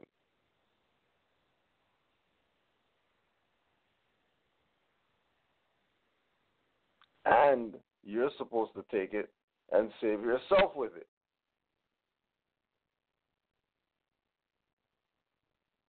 And he said, Holy Quran, Divine Constitution and Bylaws, 101 Questionnaire, Moorish Literature. You read those as a foundation, and then from there, branch out, like we were saying, Quran, front cover, break that down into all the 101 cover, break that down. What does cares of the world mean in cultures? What does humanity mean in cultures? What does crescent star and moon mean in every culture? Remember, it's all one thing. That's why he said we honor all true and divine prophets, because it's all one thing. No matter what happens, when you look and you see somebody and you say, hey, that guy's of a different, don't even, no matter what they say, oh yeah, same thing. Especially if they're nationals. They're Negro, black, colored, and all that stuff. I wouldn't really look at it like that. Because that's a hex. That's a bottomless pit. They're praying in reverse. Right? Instead of them being prayers, they're praying themselves. Use this more as science. Because it is a science. Trust what Drew Ali brought. You apply it how it was presented to you, not how somebody said. Just go read the stuff. Holy Quran of the Moorish Science Temple of America. 101 Questionnaire. Moorish Literature. Divine Constitution and Bylaws. Let's go check those. It's going to give you reference points. That is definitely going to assist you. It's actual factual that is going to assist you. Right? And we're not speaking from the perspective of because we did it. We're speaking from the perspective of check for yourself. Forget we did it. Forget anymore went through some situation to make them realize, wow, this thing's real. You check and see how real it is for you. Because trust, it's going to be real for you in some way, shape, or form. Some way, shape, or form, Moorish is going to be hinged on you, and you're not going to be able to get that off. You're not going to be able to get rid of it. It's going to be reminding you all the time, going everywhere, no matter where you go. Every time you open your eyes, you see 7, or it adds up to 7, or you see, something relative to Moors. That's just going to slap you every day. You're going to see something. Just because you're hinged on now. Been downloaded. So you can't get rid of it. You're stuck with it.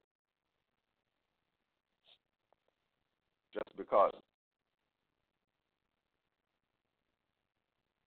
It's hardwired to you. And remember, it's internal, so it's really you that turned on. It wasn't some outside thing that put it. You turned on. Once that switch is flipped, once the flick is hit, like on your way. Downhill, full speed, nothing in your way. No corners, no nothing, just straight.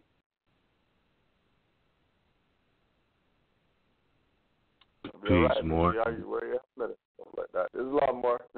You made it back. Yes. Pardon on that, bro. But look, it's all good. We got an out left and 2 callers. You want to get into the callers?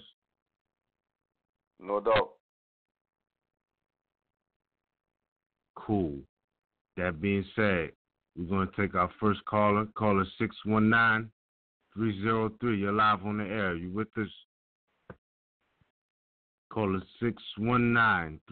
You're live on the air, fam. All right.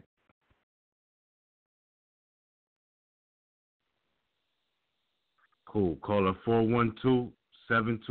You're live on the air. Islam fam, it's Energy L out of Northwestern Mexham. Islam, please. I appreciate the dialogue tonight, Cujo. You went in. Always keeping it a buck. I love that. Miz, I appreciate what you had to say. Young Pharaoh be tripping, but that's just the youngins out here. The elders is misleading him for whatever reason. You know, Sarah Sutton said, you know, come on now, you the elder. You should have been studied by now. How you standing out here looking and acting like that? I had a question that I was going to ask, but Cujo, like I said, you went in and kept it a buck. So my question was going to be, why do Moors refer to our holy book as the Circle 7? When I look at it, it's like there's no circle on it. But anyway, you touched on that and what you had to share this evening. So I'm moving on and getting back to Miz as he was speaking on, you know, cats out here spouting off nonsense and ain't even doing no research, going on what they was told, you know, and not really doing no research. But I appreciate the way Ramiel put it out there on the record. And then I know I seen recently a clip, young Pharaoh holding the Quran in his hand. So hopefully, I mean, it could be he trying to, or his intent is to things to be whatever, but he's on the road to learning, so I can appreciate that. And I do feel some kind of way with elder sons out there, Sarah Sutton, Sarnetta, yep, I'm naming names. I'm allowed to do that. Anyway, misleading the youth like that. But again, the truth does not change nor pass away. So we good. I was going to recite something from the Quran since the beginning of the broadcast. I spoke on speaking out of the Quran, and this is chapter 45, Divine Origins of the Asiatic. Just verse 1. The fallen sons and daughters of the Asiatic nations of North America need to learn to love instead of hate and to know their higher self and lower self. This is the uniting of the Holy Quran of Mecca for teaching and instructing all Moorish Americans, etc. So that's all nations, because he was a prophet, not just for us, but for, all nations. So all this information applies to us as a species. So, but like I said, Cujo, you well said, all the way around. The information is here. It's not hitting anymore. That agenda is played out, worn out. If you're not doing your part to save yourself, then, it is what it is. I ain't really studying it. So I'm going to yield the floor.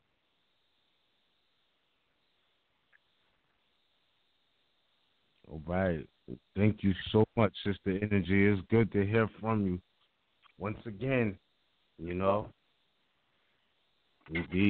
Absolutely. Absolutely. That's what that is, bro. Yeah, I mean, yeah. just keep it a buck. Y'all remember when y'all, you know what I'm saying, when I first came through. And, you know, it is what it is. I mean, I'm a Moor. I mean, it's amazing to me. I find it hilarious. I mean, people of the planet, well, I didn't even go there. I'm going to just stick with, you know, what's here on these shores, upon this ancestral state that we call North America, misnomer, USA. I don't get that. Two different things totally. But anyway, we, you know, all you got to do is just study. If you talk about you don't like to be bothered, you don't like to pay, you know, this, that, and the other thing, why you got to do this, and da-da-da-da, well, find out why. And seeing how we lack nationality, and that happens to be the major reason why we suffer the way we do, constantly being molested, then, you know, you would think an individual would check in on that. And it's foul how adults, so-called adults, hold the youth back from that, you know, because the pastor at church ain't going to talk to the youth about it, but yet you got this access to the youth, and you know the truth, but you ain't. It's just insane to me. It really is. But, you know, I'm just grateful to be in the know from when I first reached out to Cujo concerning a matter, and you can't be calling on folks trying to this, that, and the other thing study. It's there, and you're an intelligent being, so you go and get it. You know, and a lot of people, it's a misunderstanding. It's not a religion. It's not about an organization where it's a building or nothing like that. It's a movement, and it's your movement. How do you move? So many people out here chasing more. I need more money. You know, but fighting like hell not to be more, and that's what you are. It's just weird to me. I'm just grateful that I got it in, and I'm getting it in. Hey, I got a question. Are y'all familiar with the Consecrated Talisman by Prince RVBey? I heard of that. I just talked to your moms about it, last week, and she was shocked I even had my hands on it, yo. Do you know they murdered that man, concerning this information, right?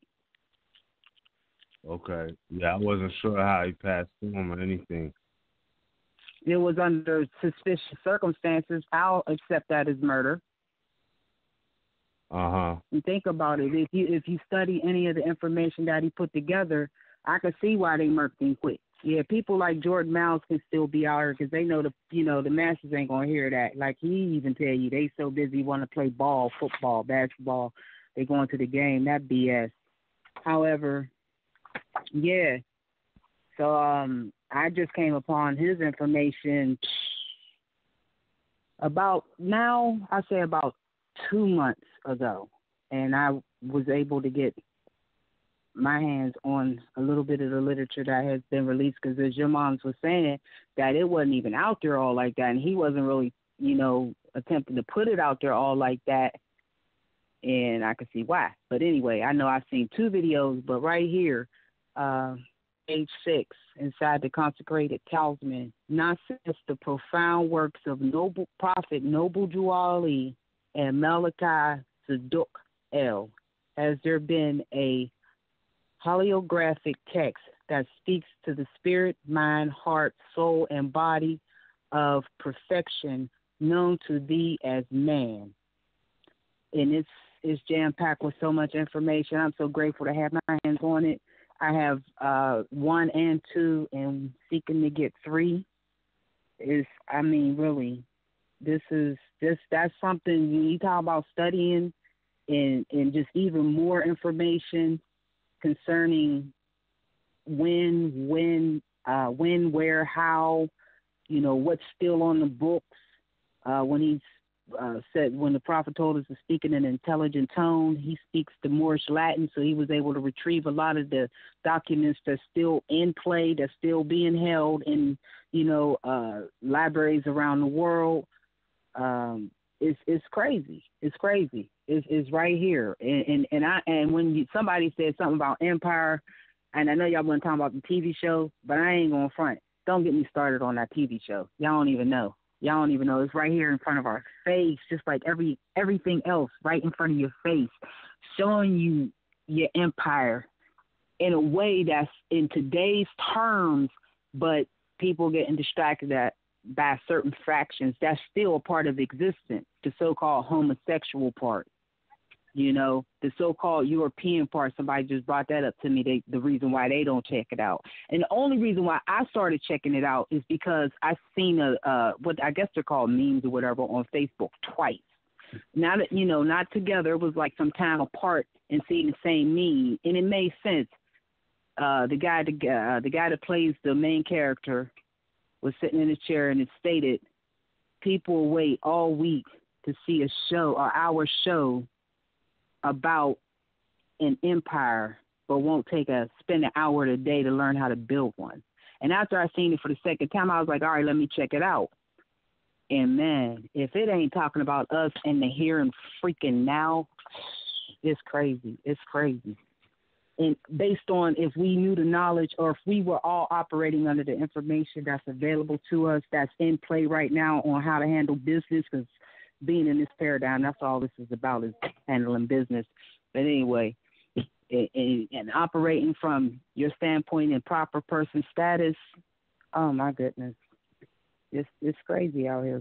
It's crazy, but you gotta seek it, and cats that be leading our youth down the wrong path.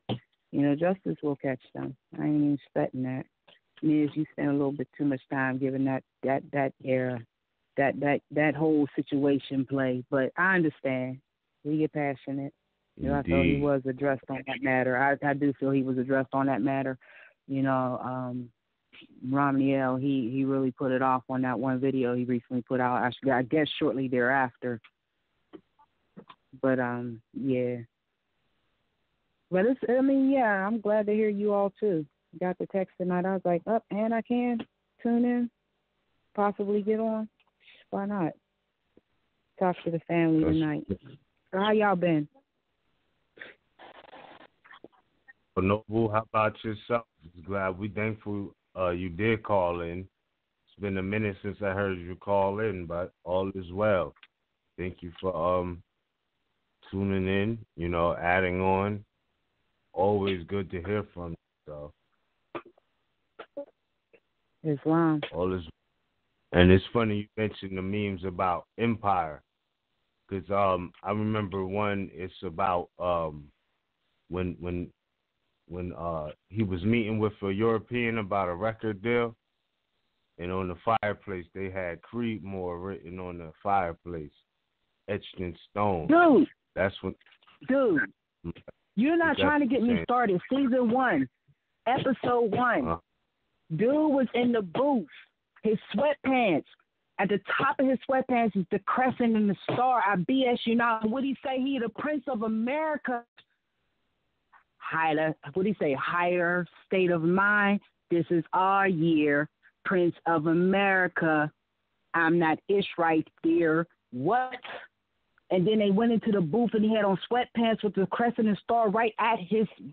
Dude, stop playing. At the white party, same season.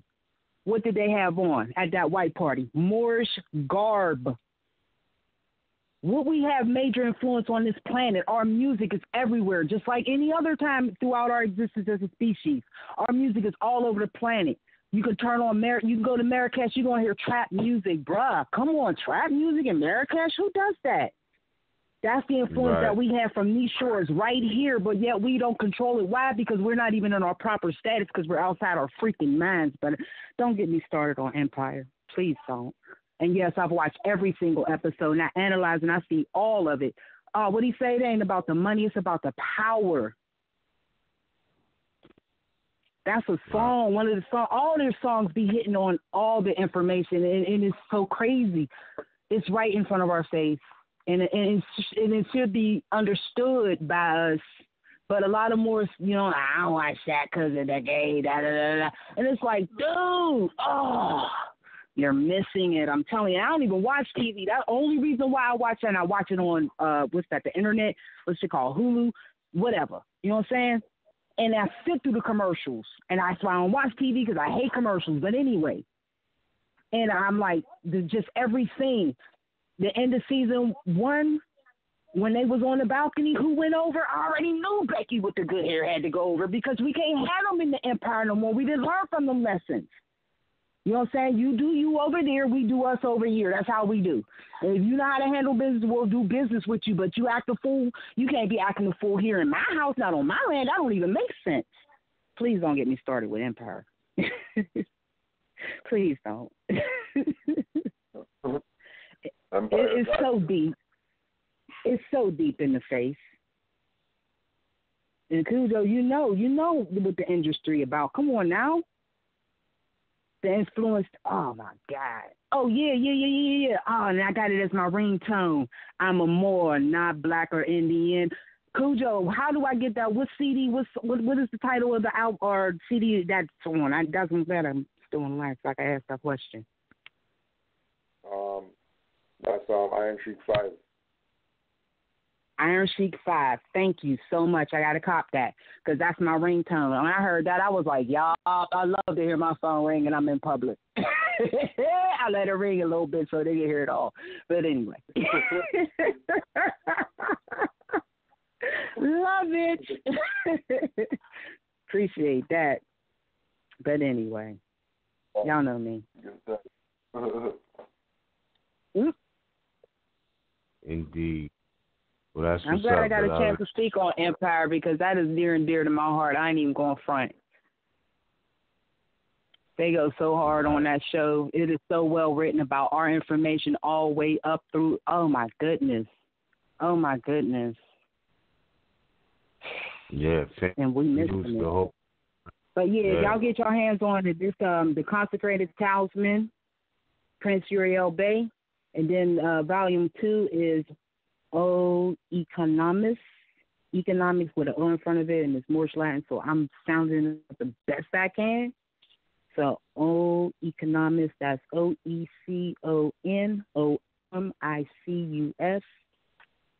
And I love the fact that he has the Etmarium currency in its denomination.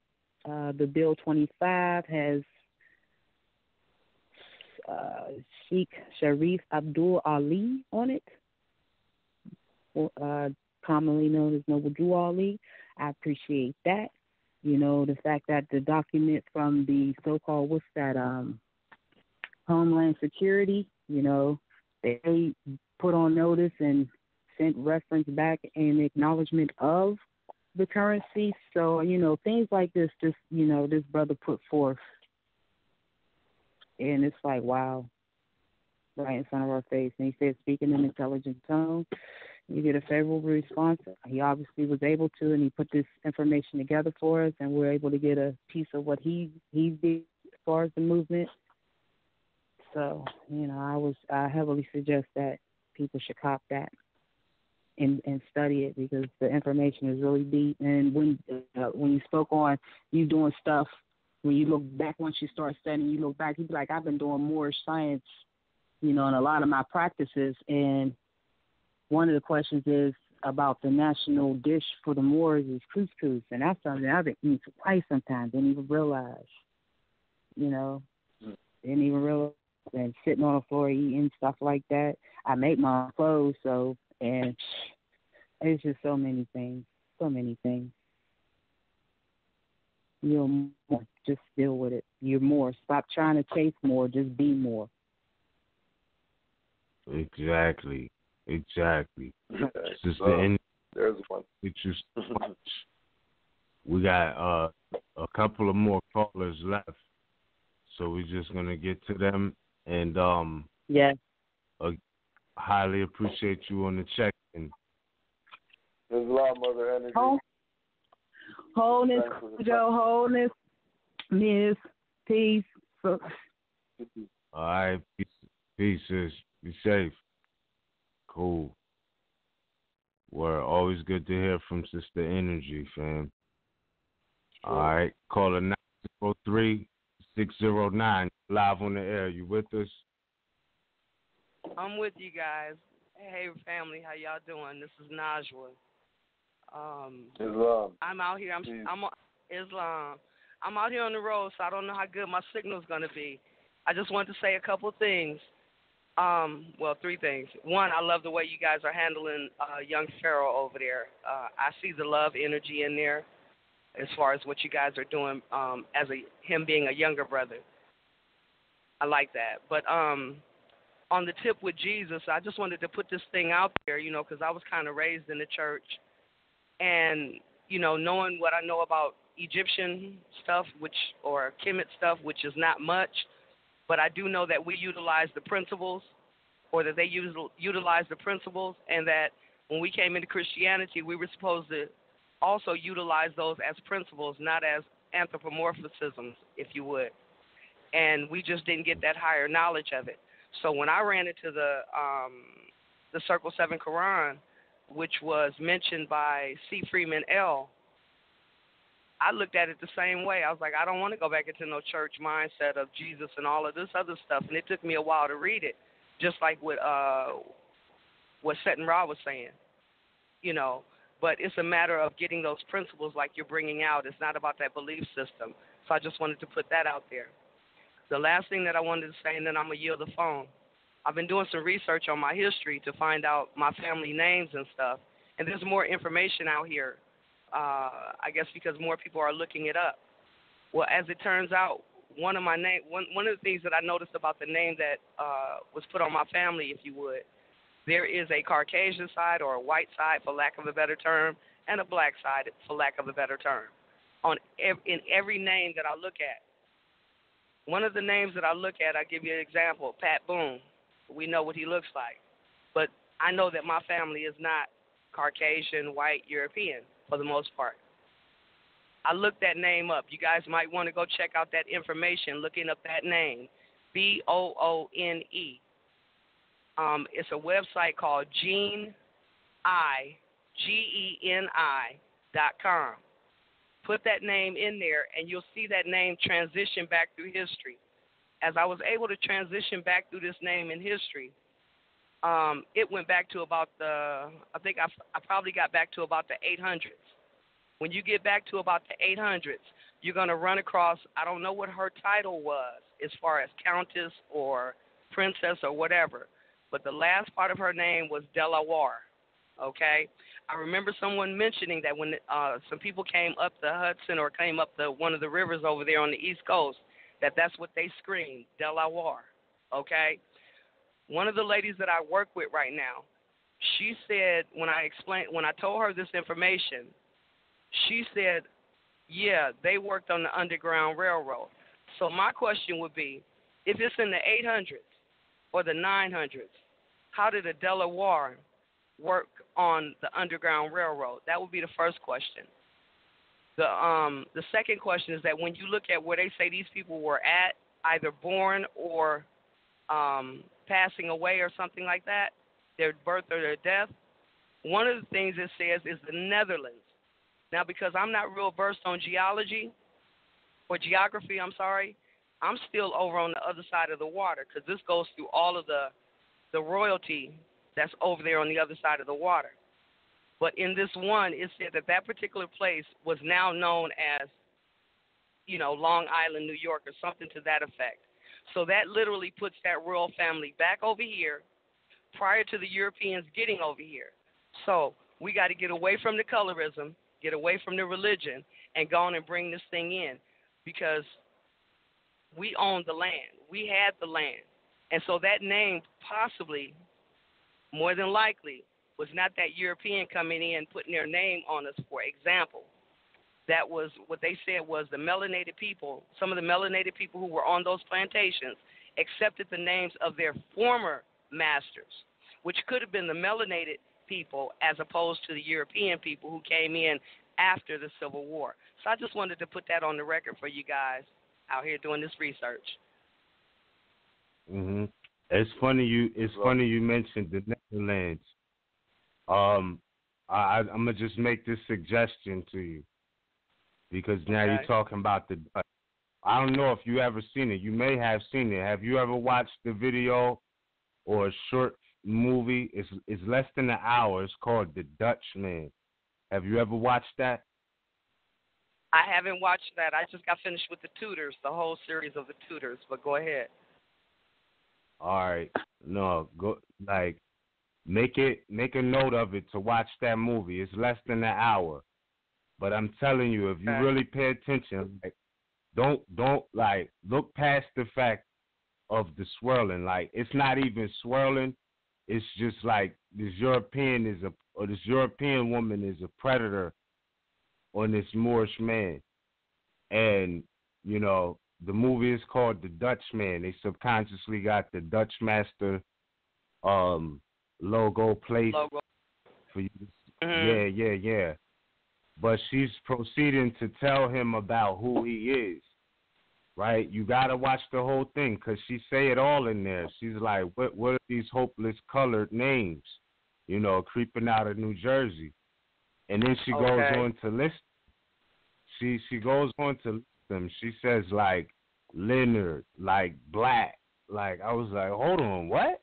Like, this is in a movie called The Dutchman. You got to watch it. Mm-hmm. And when the Moor asked her, he's like, well, you saying you know so much about me, what's my name? She goes on to say Moorish. She's like, your name is Moorish, right? So she's telling him all about it, but allegedly doesn't know him. But you got to watch it because it's called The Dutchman, and you was mentioning the Netherlands. And that movie will connect some dots for you as well. You know what I mean? I know you're doing real solid research, but subconsciously in that movie, it's in black and white. You know what I mean? And it's like one scene, but it's hella jewels just all in there. You gotta watch that. The Dutchman. Yeah. Let me say this on that research. I'm gonna watch that, Miz. I'm gonna look it up as soon as I get a chance.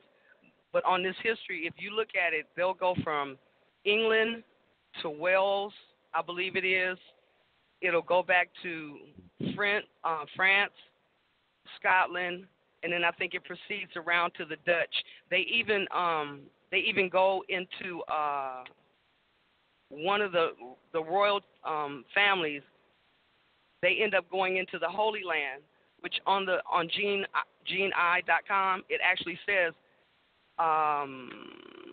that it was Palestine, of course, and we know that we weren't looking at these modern Europeans at that particular time.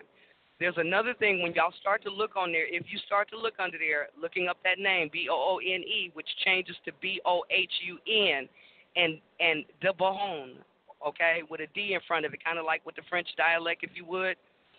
Look at their crest, okay, because I literally broke out in tears when I watched the crest go back. And they ended up, I saw 3 red stars on there, and I thought it was 3 5-pointed stars. I really wasn't thinking anything about it. It ended up being 3 6-pointed stars. So that's going to tie us back to what we would call our Hebrew Israelite or Israelite. I know it's a creed, but still it has a connection with that when you talk about what's on the back of that dollar bill, so to speak, and the Star of David. So I'm just dropping them jewels. I'm going to get off of here and let you guys handle the rest of the callers you have before your show closes. Peace, mothers. We appreciate it. Absolutely. Thank you for dropping that. All right, now. All right. Thank you much. All right. Cool. You're welcome. Y'all take care now. All right. Likewise. All right. Cool. Call us 719-323. You're live on the air. You with us? Yes, greetings. This is Brother Bukhari coming to you from Northwest Mexico. Peace, Moor. Bukhari.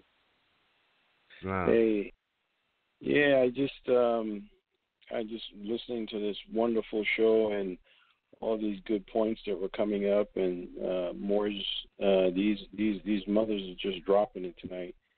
And I was just, enjoying everything. And I just wanted to share with everyone that I just recently got my copy of Golden Age of the Moor. edited by Ivan Van Sertima. And it is the second volume, and I haven't even made it to page 100 yet, and I'm already blown away by the first, I was already blown away by the first 10 pages of the, what's it called? Hang on just a second.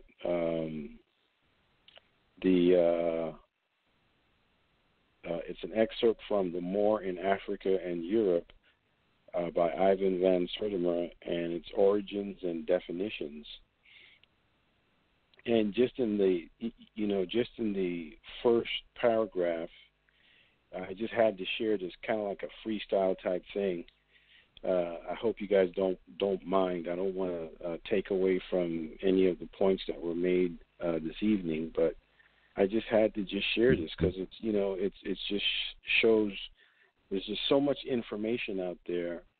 A lot of people get information, but they don't really research it. They just read something, and they don't look to where the source came from. Do any background checking on the source or anything like that, and then they just start getting on social media and repeating what they briefly read. And I just wanted to share that part of research is research is not going on the internet and typing in a definition and reading the output, if you will, and then just talking about that. No, research is pulling up a definition, then looking at other sources, other websites about the same definition, or going to text, going to actual books, libraries. Research is pulling up and reading a book about a given subject, and then going into the bibliography and getting another book and researching and then reading that book.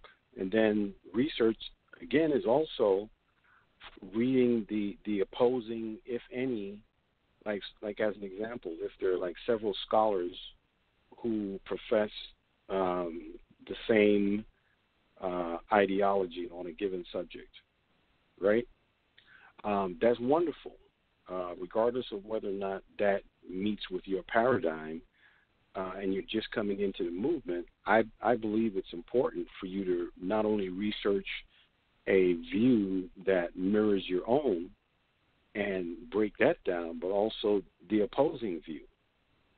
Because sometimes in the opposing view, you can get information from that is just totally bogus.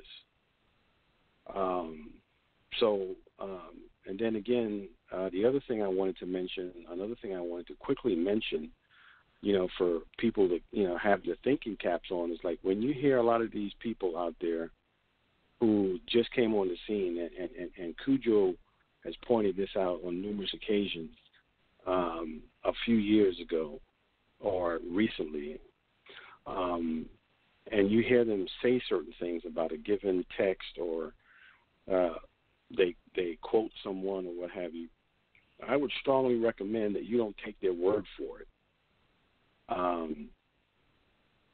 I know that this has been said, but a lot of stuff has been coming out lately with a lot of these individuals who've been bashing Moors and continue to, bash Moors,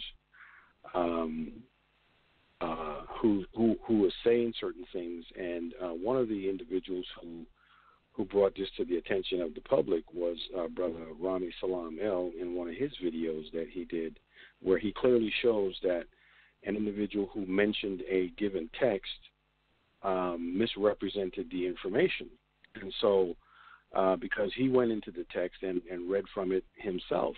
And so that's very, very important. Those are some extremely important things, because if you're not prepared to deal with that, given the history of how we as Moors got into this predicament, then you're how should I say this? You're deluding yourself. You're not really taking this seriously. If you think that there isn't and hasn't been a concerted attempt to misrepresent information, and if you can't get that, then you're misleading yourself. So there's always going to be a struggle when you don't have control over the landmass, okay? And one of the last things that I wanted to mention before I get off the soapbox, I'll just take about a minute here, is in terms of the control of the landmass. And I think that, like today, I had a consultation with a Moor, and I know I'm jumping around a little bit, but I have to share this. I'm not going to share appellations and the details, but one of the things that I wanted to express to this young brother was that it's important to know how to submit writs. It's extremely important. It's important to know about writing writs and about the different types of writs, because a writ is an affidavit. It's a synopsis of facts.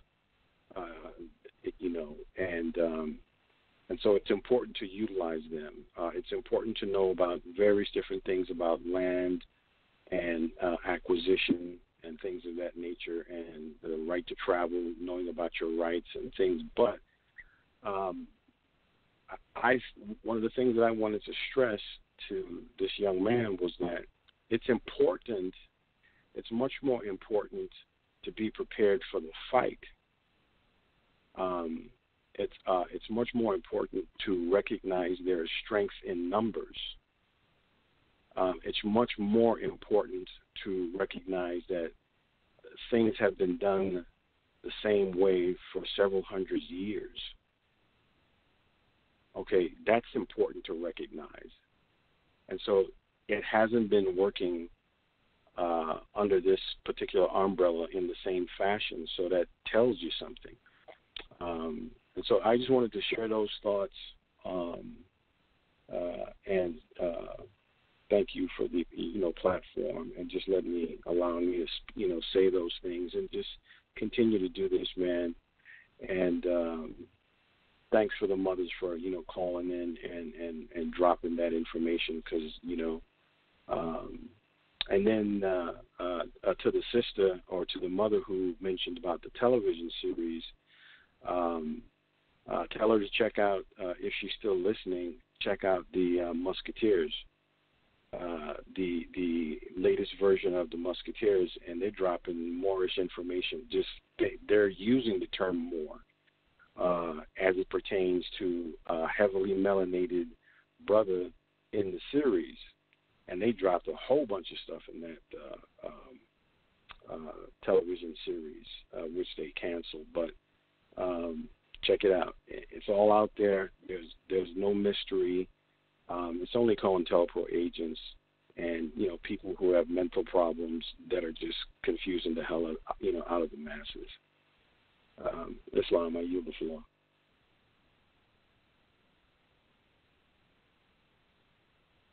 Islam, Noble Kai. Thank you for adding on. We appreciate that, bro. Absolutely.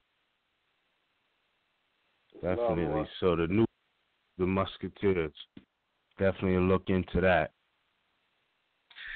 Cool. So we have one more caller. Caller 910-709. You're live on the air. You with us, fam? Islam. Peace and love, Moors. Honor to the panel. This is Brother Ernest MHHS of Morocco. Peace, Moor.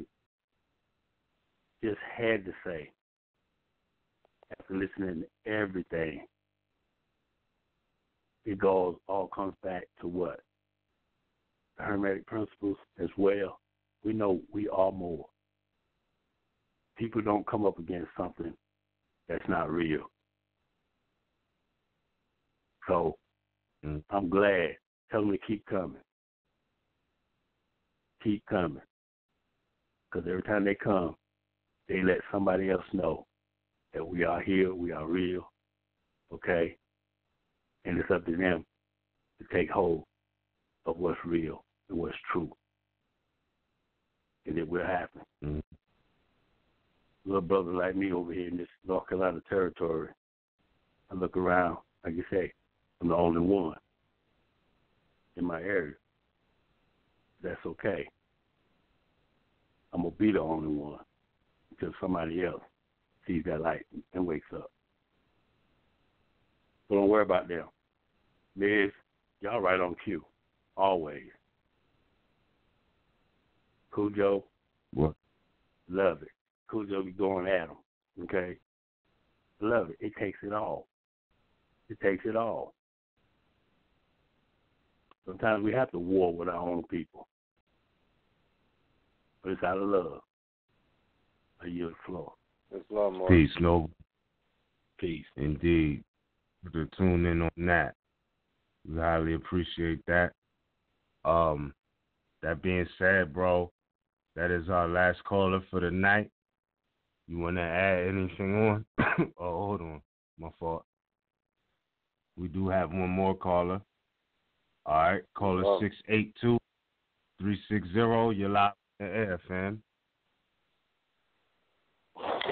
Peace and love. Peace. Sound real.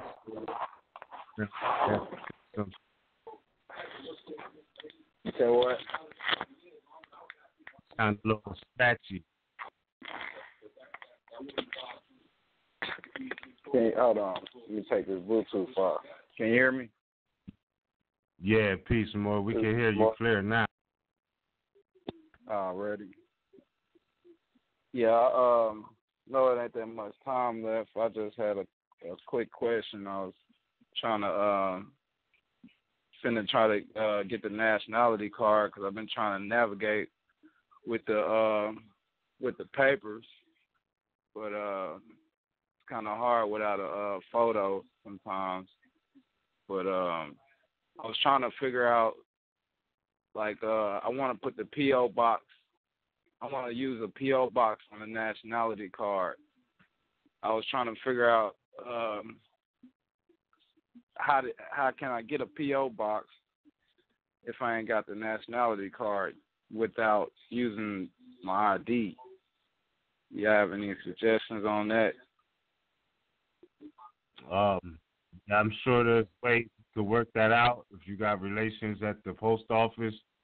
But what I suggest that you do, though, is send your inquiry to RVBey natcards@gmail.com. Okay. Somebody going to answer for me? Yeah, absolutely. Or call in because, it's limited time. And, yeah.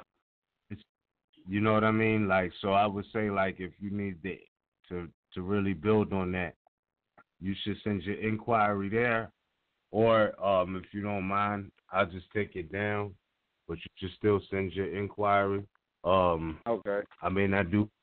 Yeah, pardon me, you gotta correct me on your appellation, but I do have your number here, so I'll definitely take that down and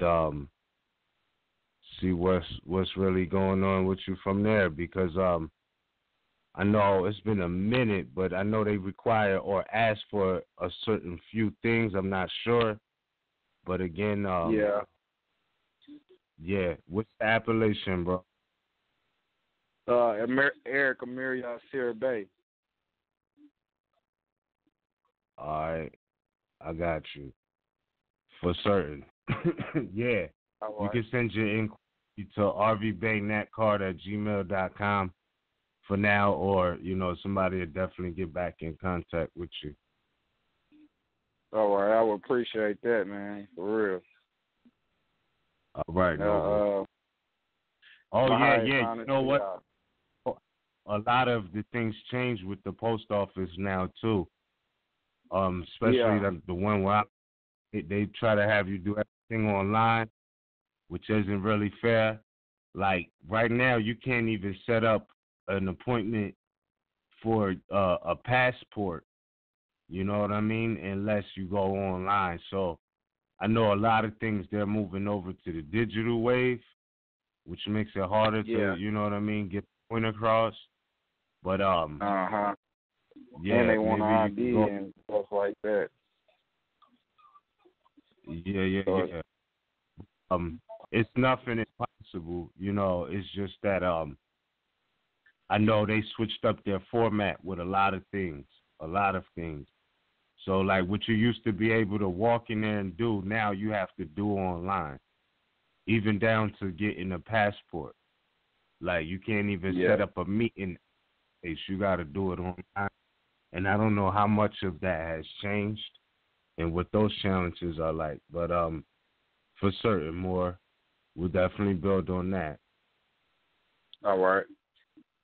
Appreciate y'all, man. No real, problem. Highest line to y'all. Islam. Peace and love. Number one. All right.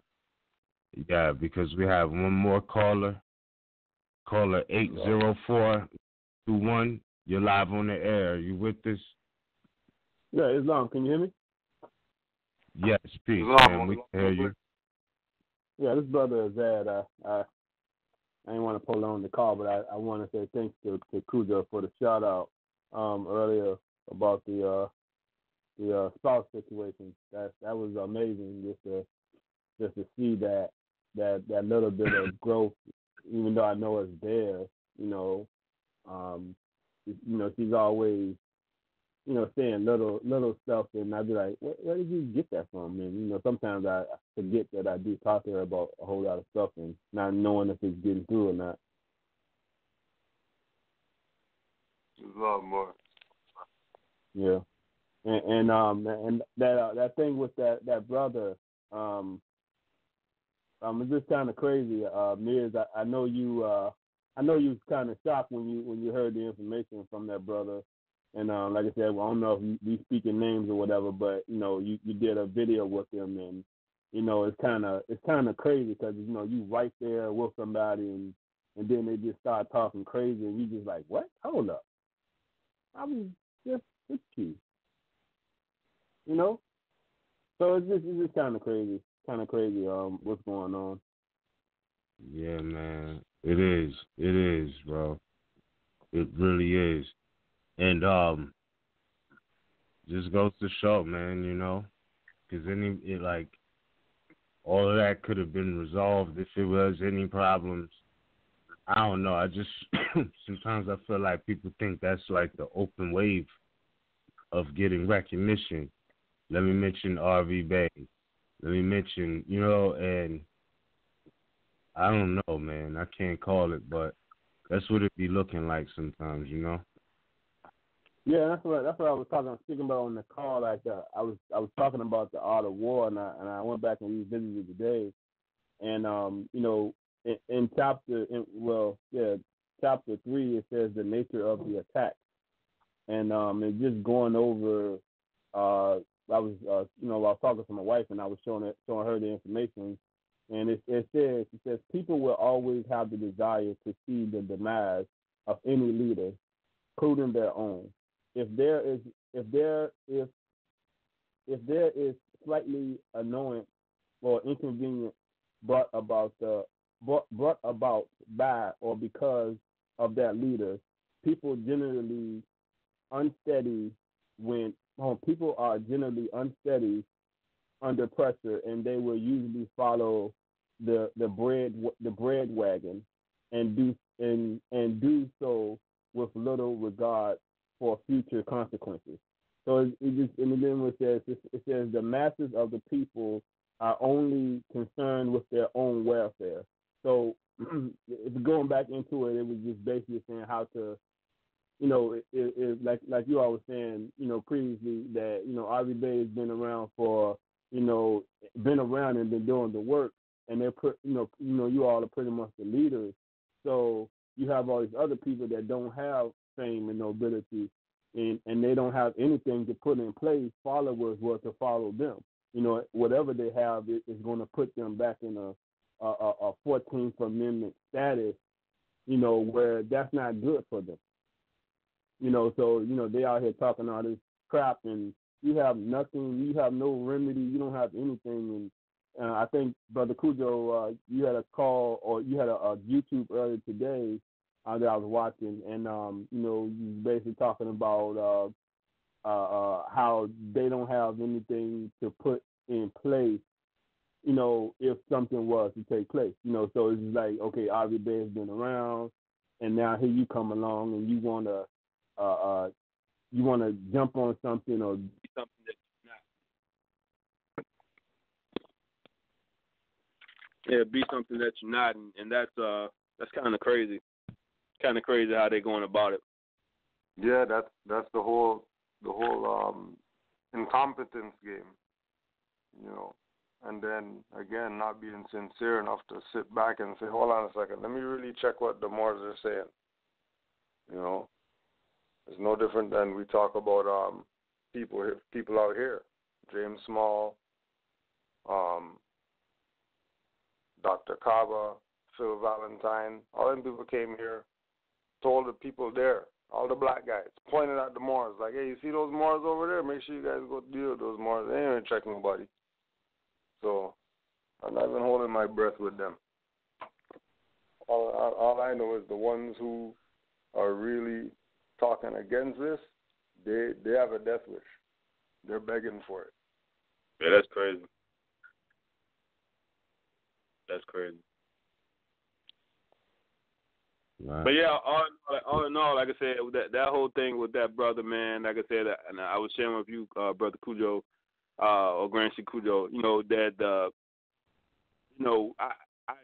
he put the video on the private whatever, and at first you couldn't comment on his video, and I guess for the callers, like this brother did a video on Facebook, and he was just basically downplaying Brother Hannibal when he did a class, and he was talking about how Prophet Noble Drew Ali didn't have he didn't use the red flag with the green pointed star, and it said it in a 101. So I wasn't going back and forth with this brother on Facebook, but I just clearly researched, like the brother, one of the callers earlier. I just clearly just went and did my own little due diligence and research, because this brother had some type of PowerPoint or whatever he was putting up, and he was saying that the Moroccan flag with the green pointed star didn't come out until 1956 or something, but that's clearly not true. So it was a lot of information that I put out there, and then I even put the information for what it says in the 101. I think number 18 to be exact. It says that it gives the information on what the flag looked like in the description. And the next morning when I got up to go look at Facebook, it was completely deleted. The video and everything, all the information that I put on there was deleted. I wasn't going back and forth with him. I just put so much information that he couldn't deny it. Right. That's how they do, yo. That's exactly how they do. When you checkmate them, they want to mess up the board and say start over. Yeah, that was crazy. But I mean, like I said, at the end of the day, like I said, I don't know what time the call drops off or whatever, but I just wanted to come on and say thanks, Cujo, man. For the shout out. You really didn't have to do it, but that did make my day, because she just she shocked me. I was just like, what the word? But anyway, it's love, boy. Islam Noble. Thank you for tuning in and calling in and affirming. We highly appreciate you, bro. Highly. That being said, that was our last caller for the night. We will be over with the show in less than 6 minutes. So with that being said, Brother Cujo, you want to say anything in closing, bro? Just keep studying more. You know what I mean? Take what Noble Drew Ali brought for you. Take it serious. really no joke. You know, it's really no joke. Take it serious, and you will see it for yourself, how much not of a joke it is. You know, and then how much of a joke people are who talk against it. And also when it comes to MHHS, RVBey publications, all the master teachers for setting us straight from the jump. I mean, from the giddy up, we've been set straight. So peace and love to all. Indeed, likewise. I echo the same thing. Peace and love to all Moors listening. Big thanks to everybody. You know, Canaan Land Moors Heritage History School, RVBey Publications. Much thanks to all the listeners, you know, supporters, etc. And that being said, we'll be back Tuesday on the Blog Talk venue. I know we're going to touch on some things about what a lawful claim is, etc. So you're not going to want to miss that. 9:30 p.m. Eastern Standard Time on Tuesday. And I know there is a class Delaware tomorrow. My mother will be going in. And, yeah, that's what we have to look forward to as far as that. And I know you'll be doing some live streams as well, more than likely on Sunday, etc. So, yeah, Moors, enjoy yourselves, enjoy your weekend, holy day, etc. And we'll talk to you all soon. Peace and much love. All right. Yeah. Operation Rapper in position. We still here. Operation Rapper in position. All the gods and goddesses. Iron Sheik, hip hop lives, yo. The deaf won't hear and the blind won't see the hidden message in the words of Drew Ali. Inept, indirectly, Boo Ali, one of the names of the prophets internationally. Drew said Moors, proclaim your nationality, cause you're not Ethiopian or NBC. So he founded America's MST in 28. Me saying that they will cause debates are needed to clear up the mess, but most debate so they can big up their chest to prove what they know and what they can do. Recreating the wheel that was created by Drew. When you know the truth, many debate, but few humble themselves and suppress the jungle in self. Do them, I just do me, keeping my gold while they trade in their jewelry. Taj Tariq and nature-based schooled me. You fool me in your dreams. Dirty Moors think they could mule me. Truly, who's the real Drew? Me and we. A scene more, their religion is my mental degree, and where everybody's supposed to be. If not, I guess that's not where you're supposed to be. Hopefully, Drew Ali will be seen openly and realize NBC is something you can be. The deaf won't hear, the blind won't see the hidden message in the words of Drew Ali. The deaf won't hear, the blind won't see the hidden message in the words of Drew Ali. The deaf won't hear, the blind won't see the hidden message in the words of Drew Ali.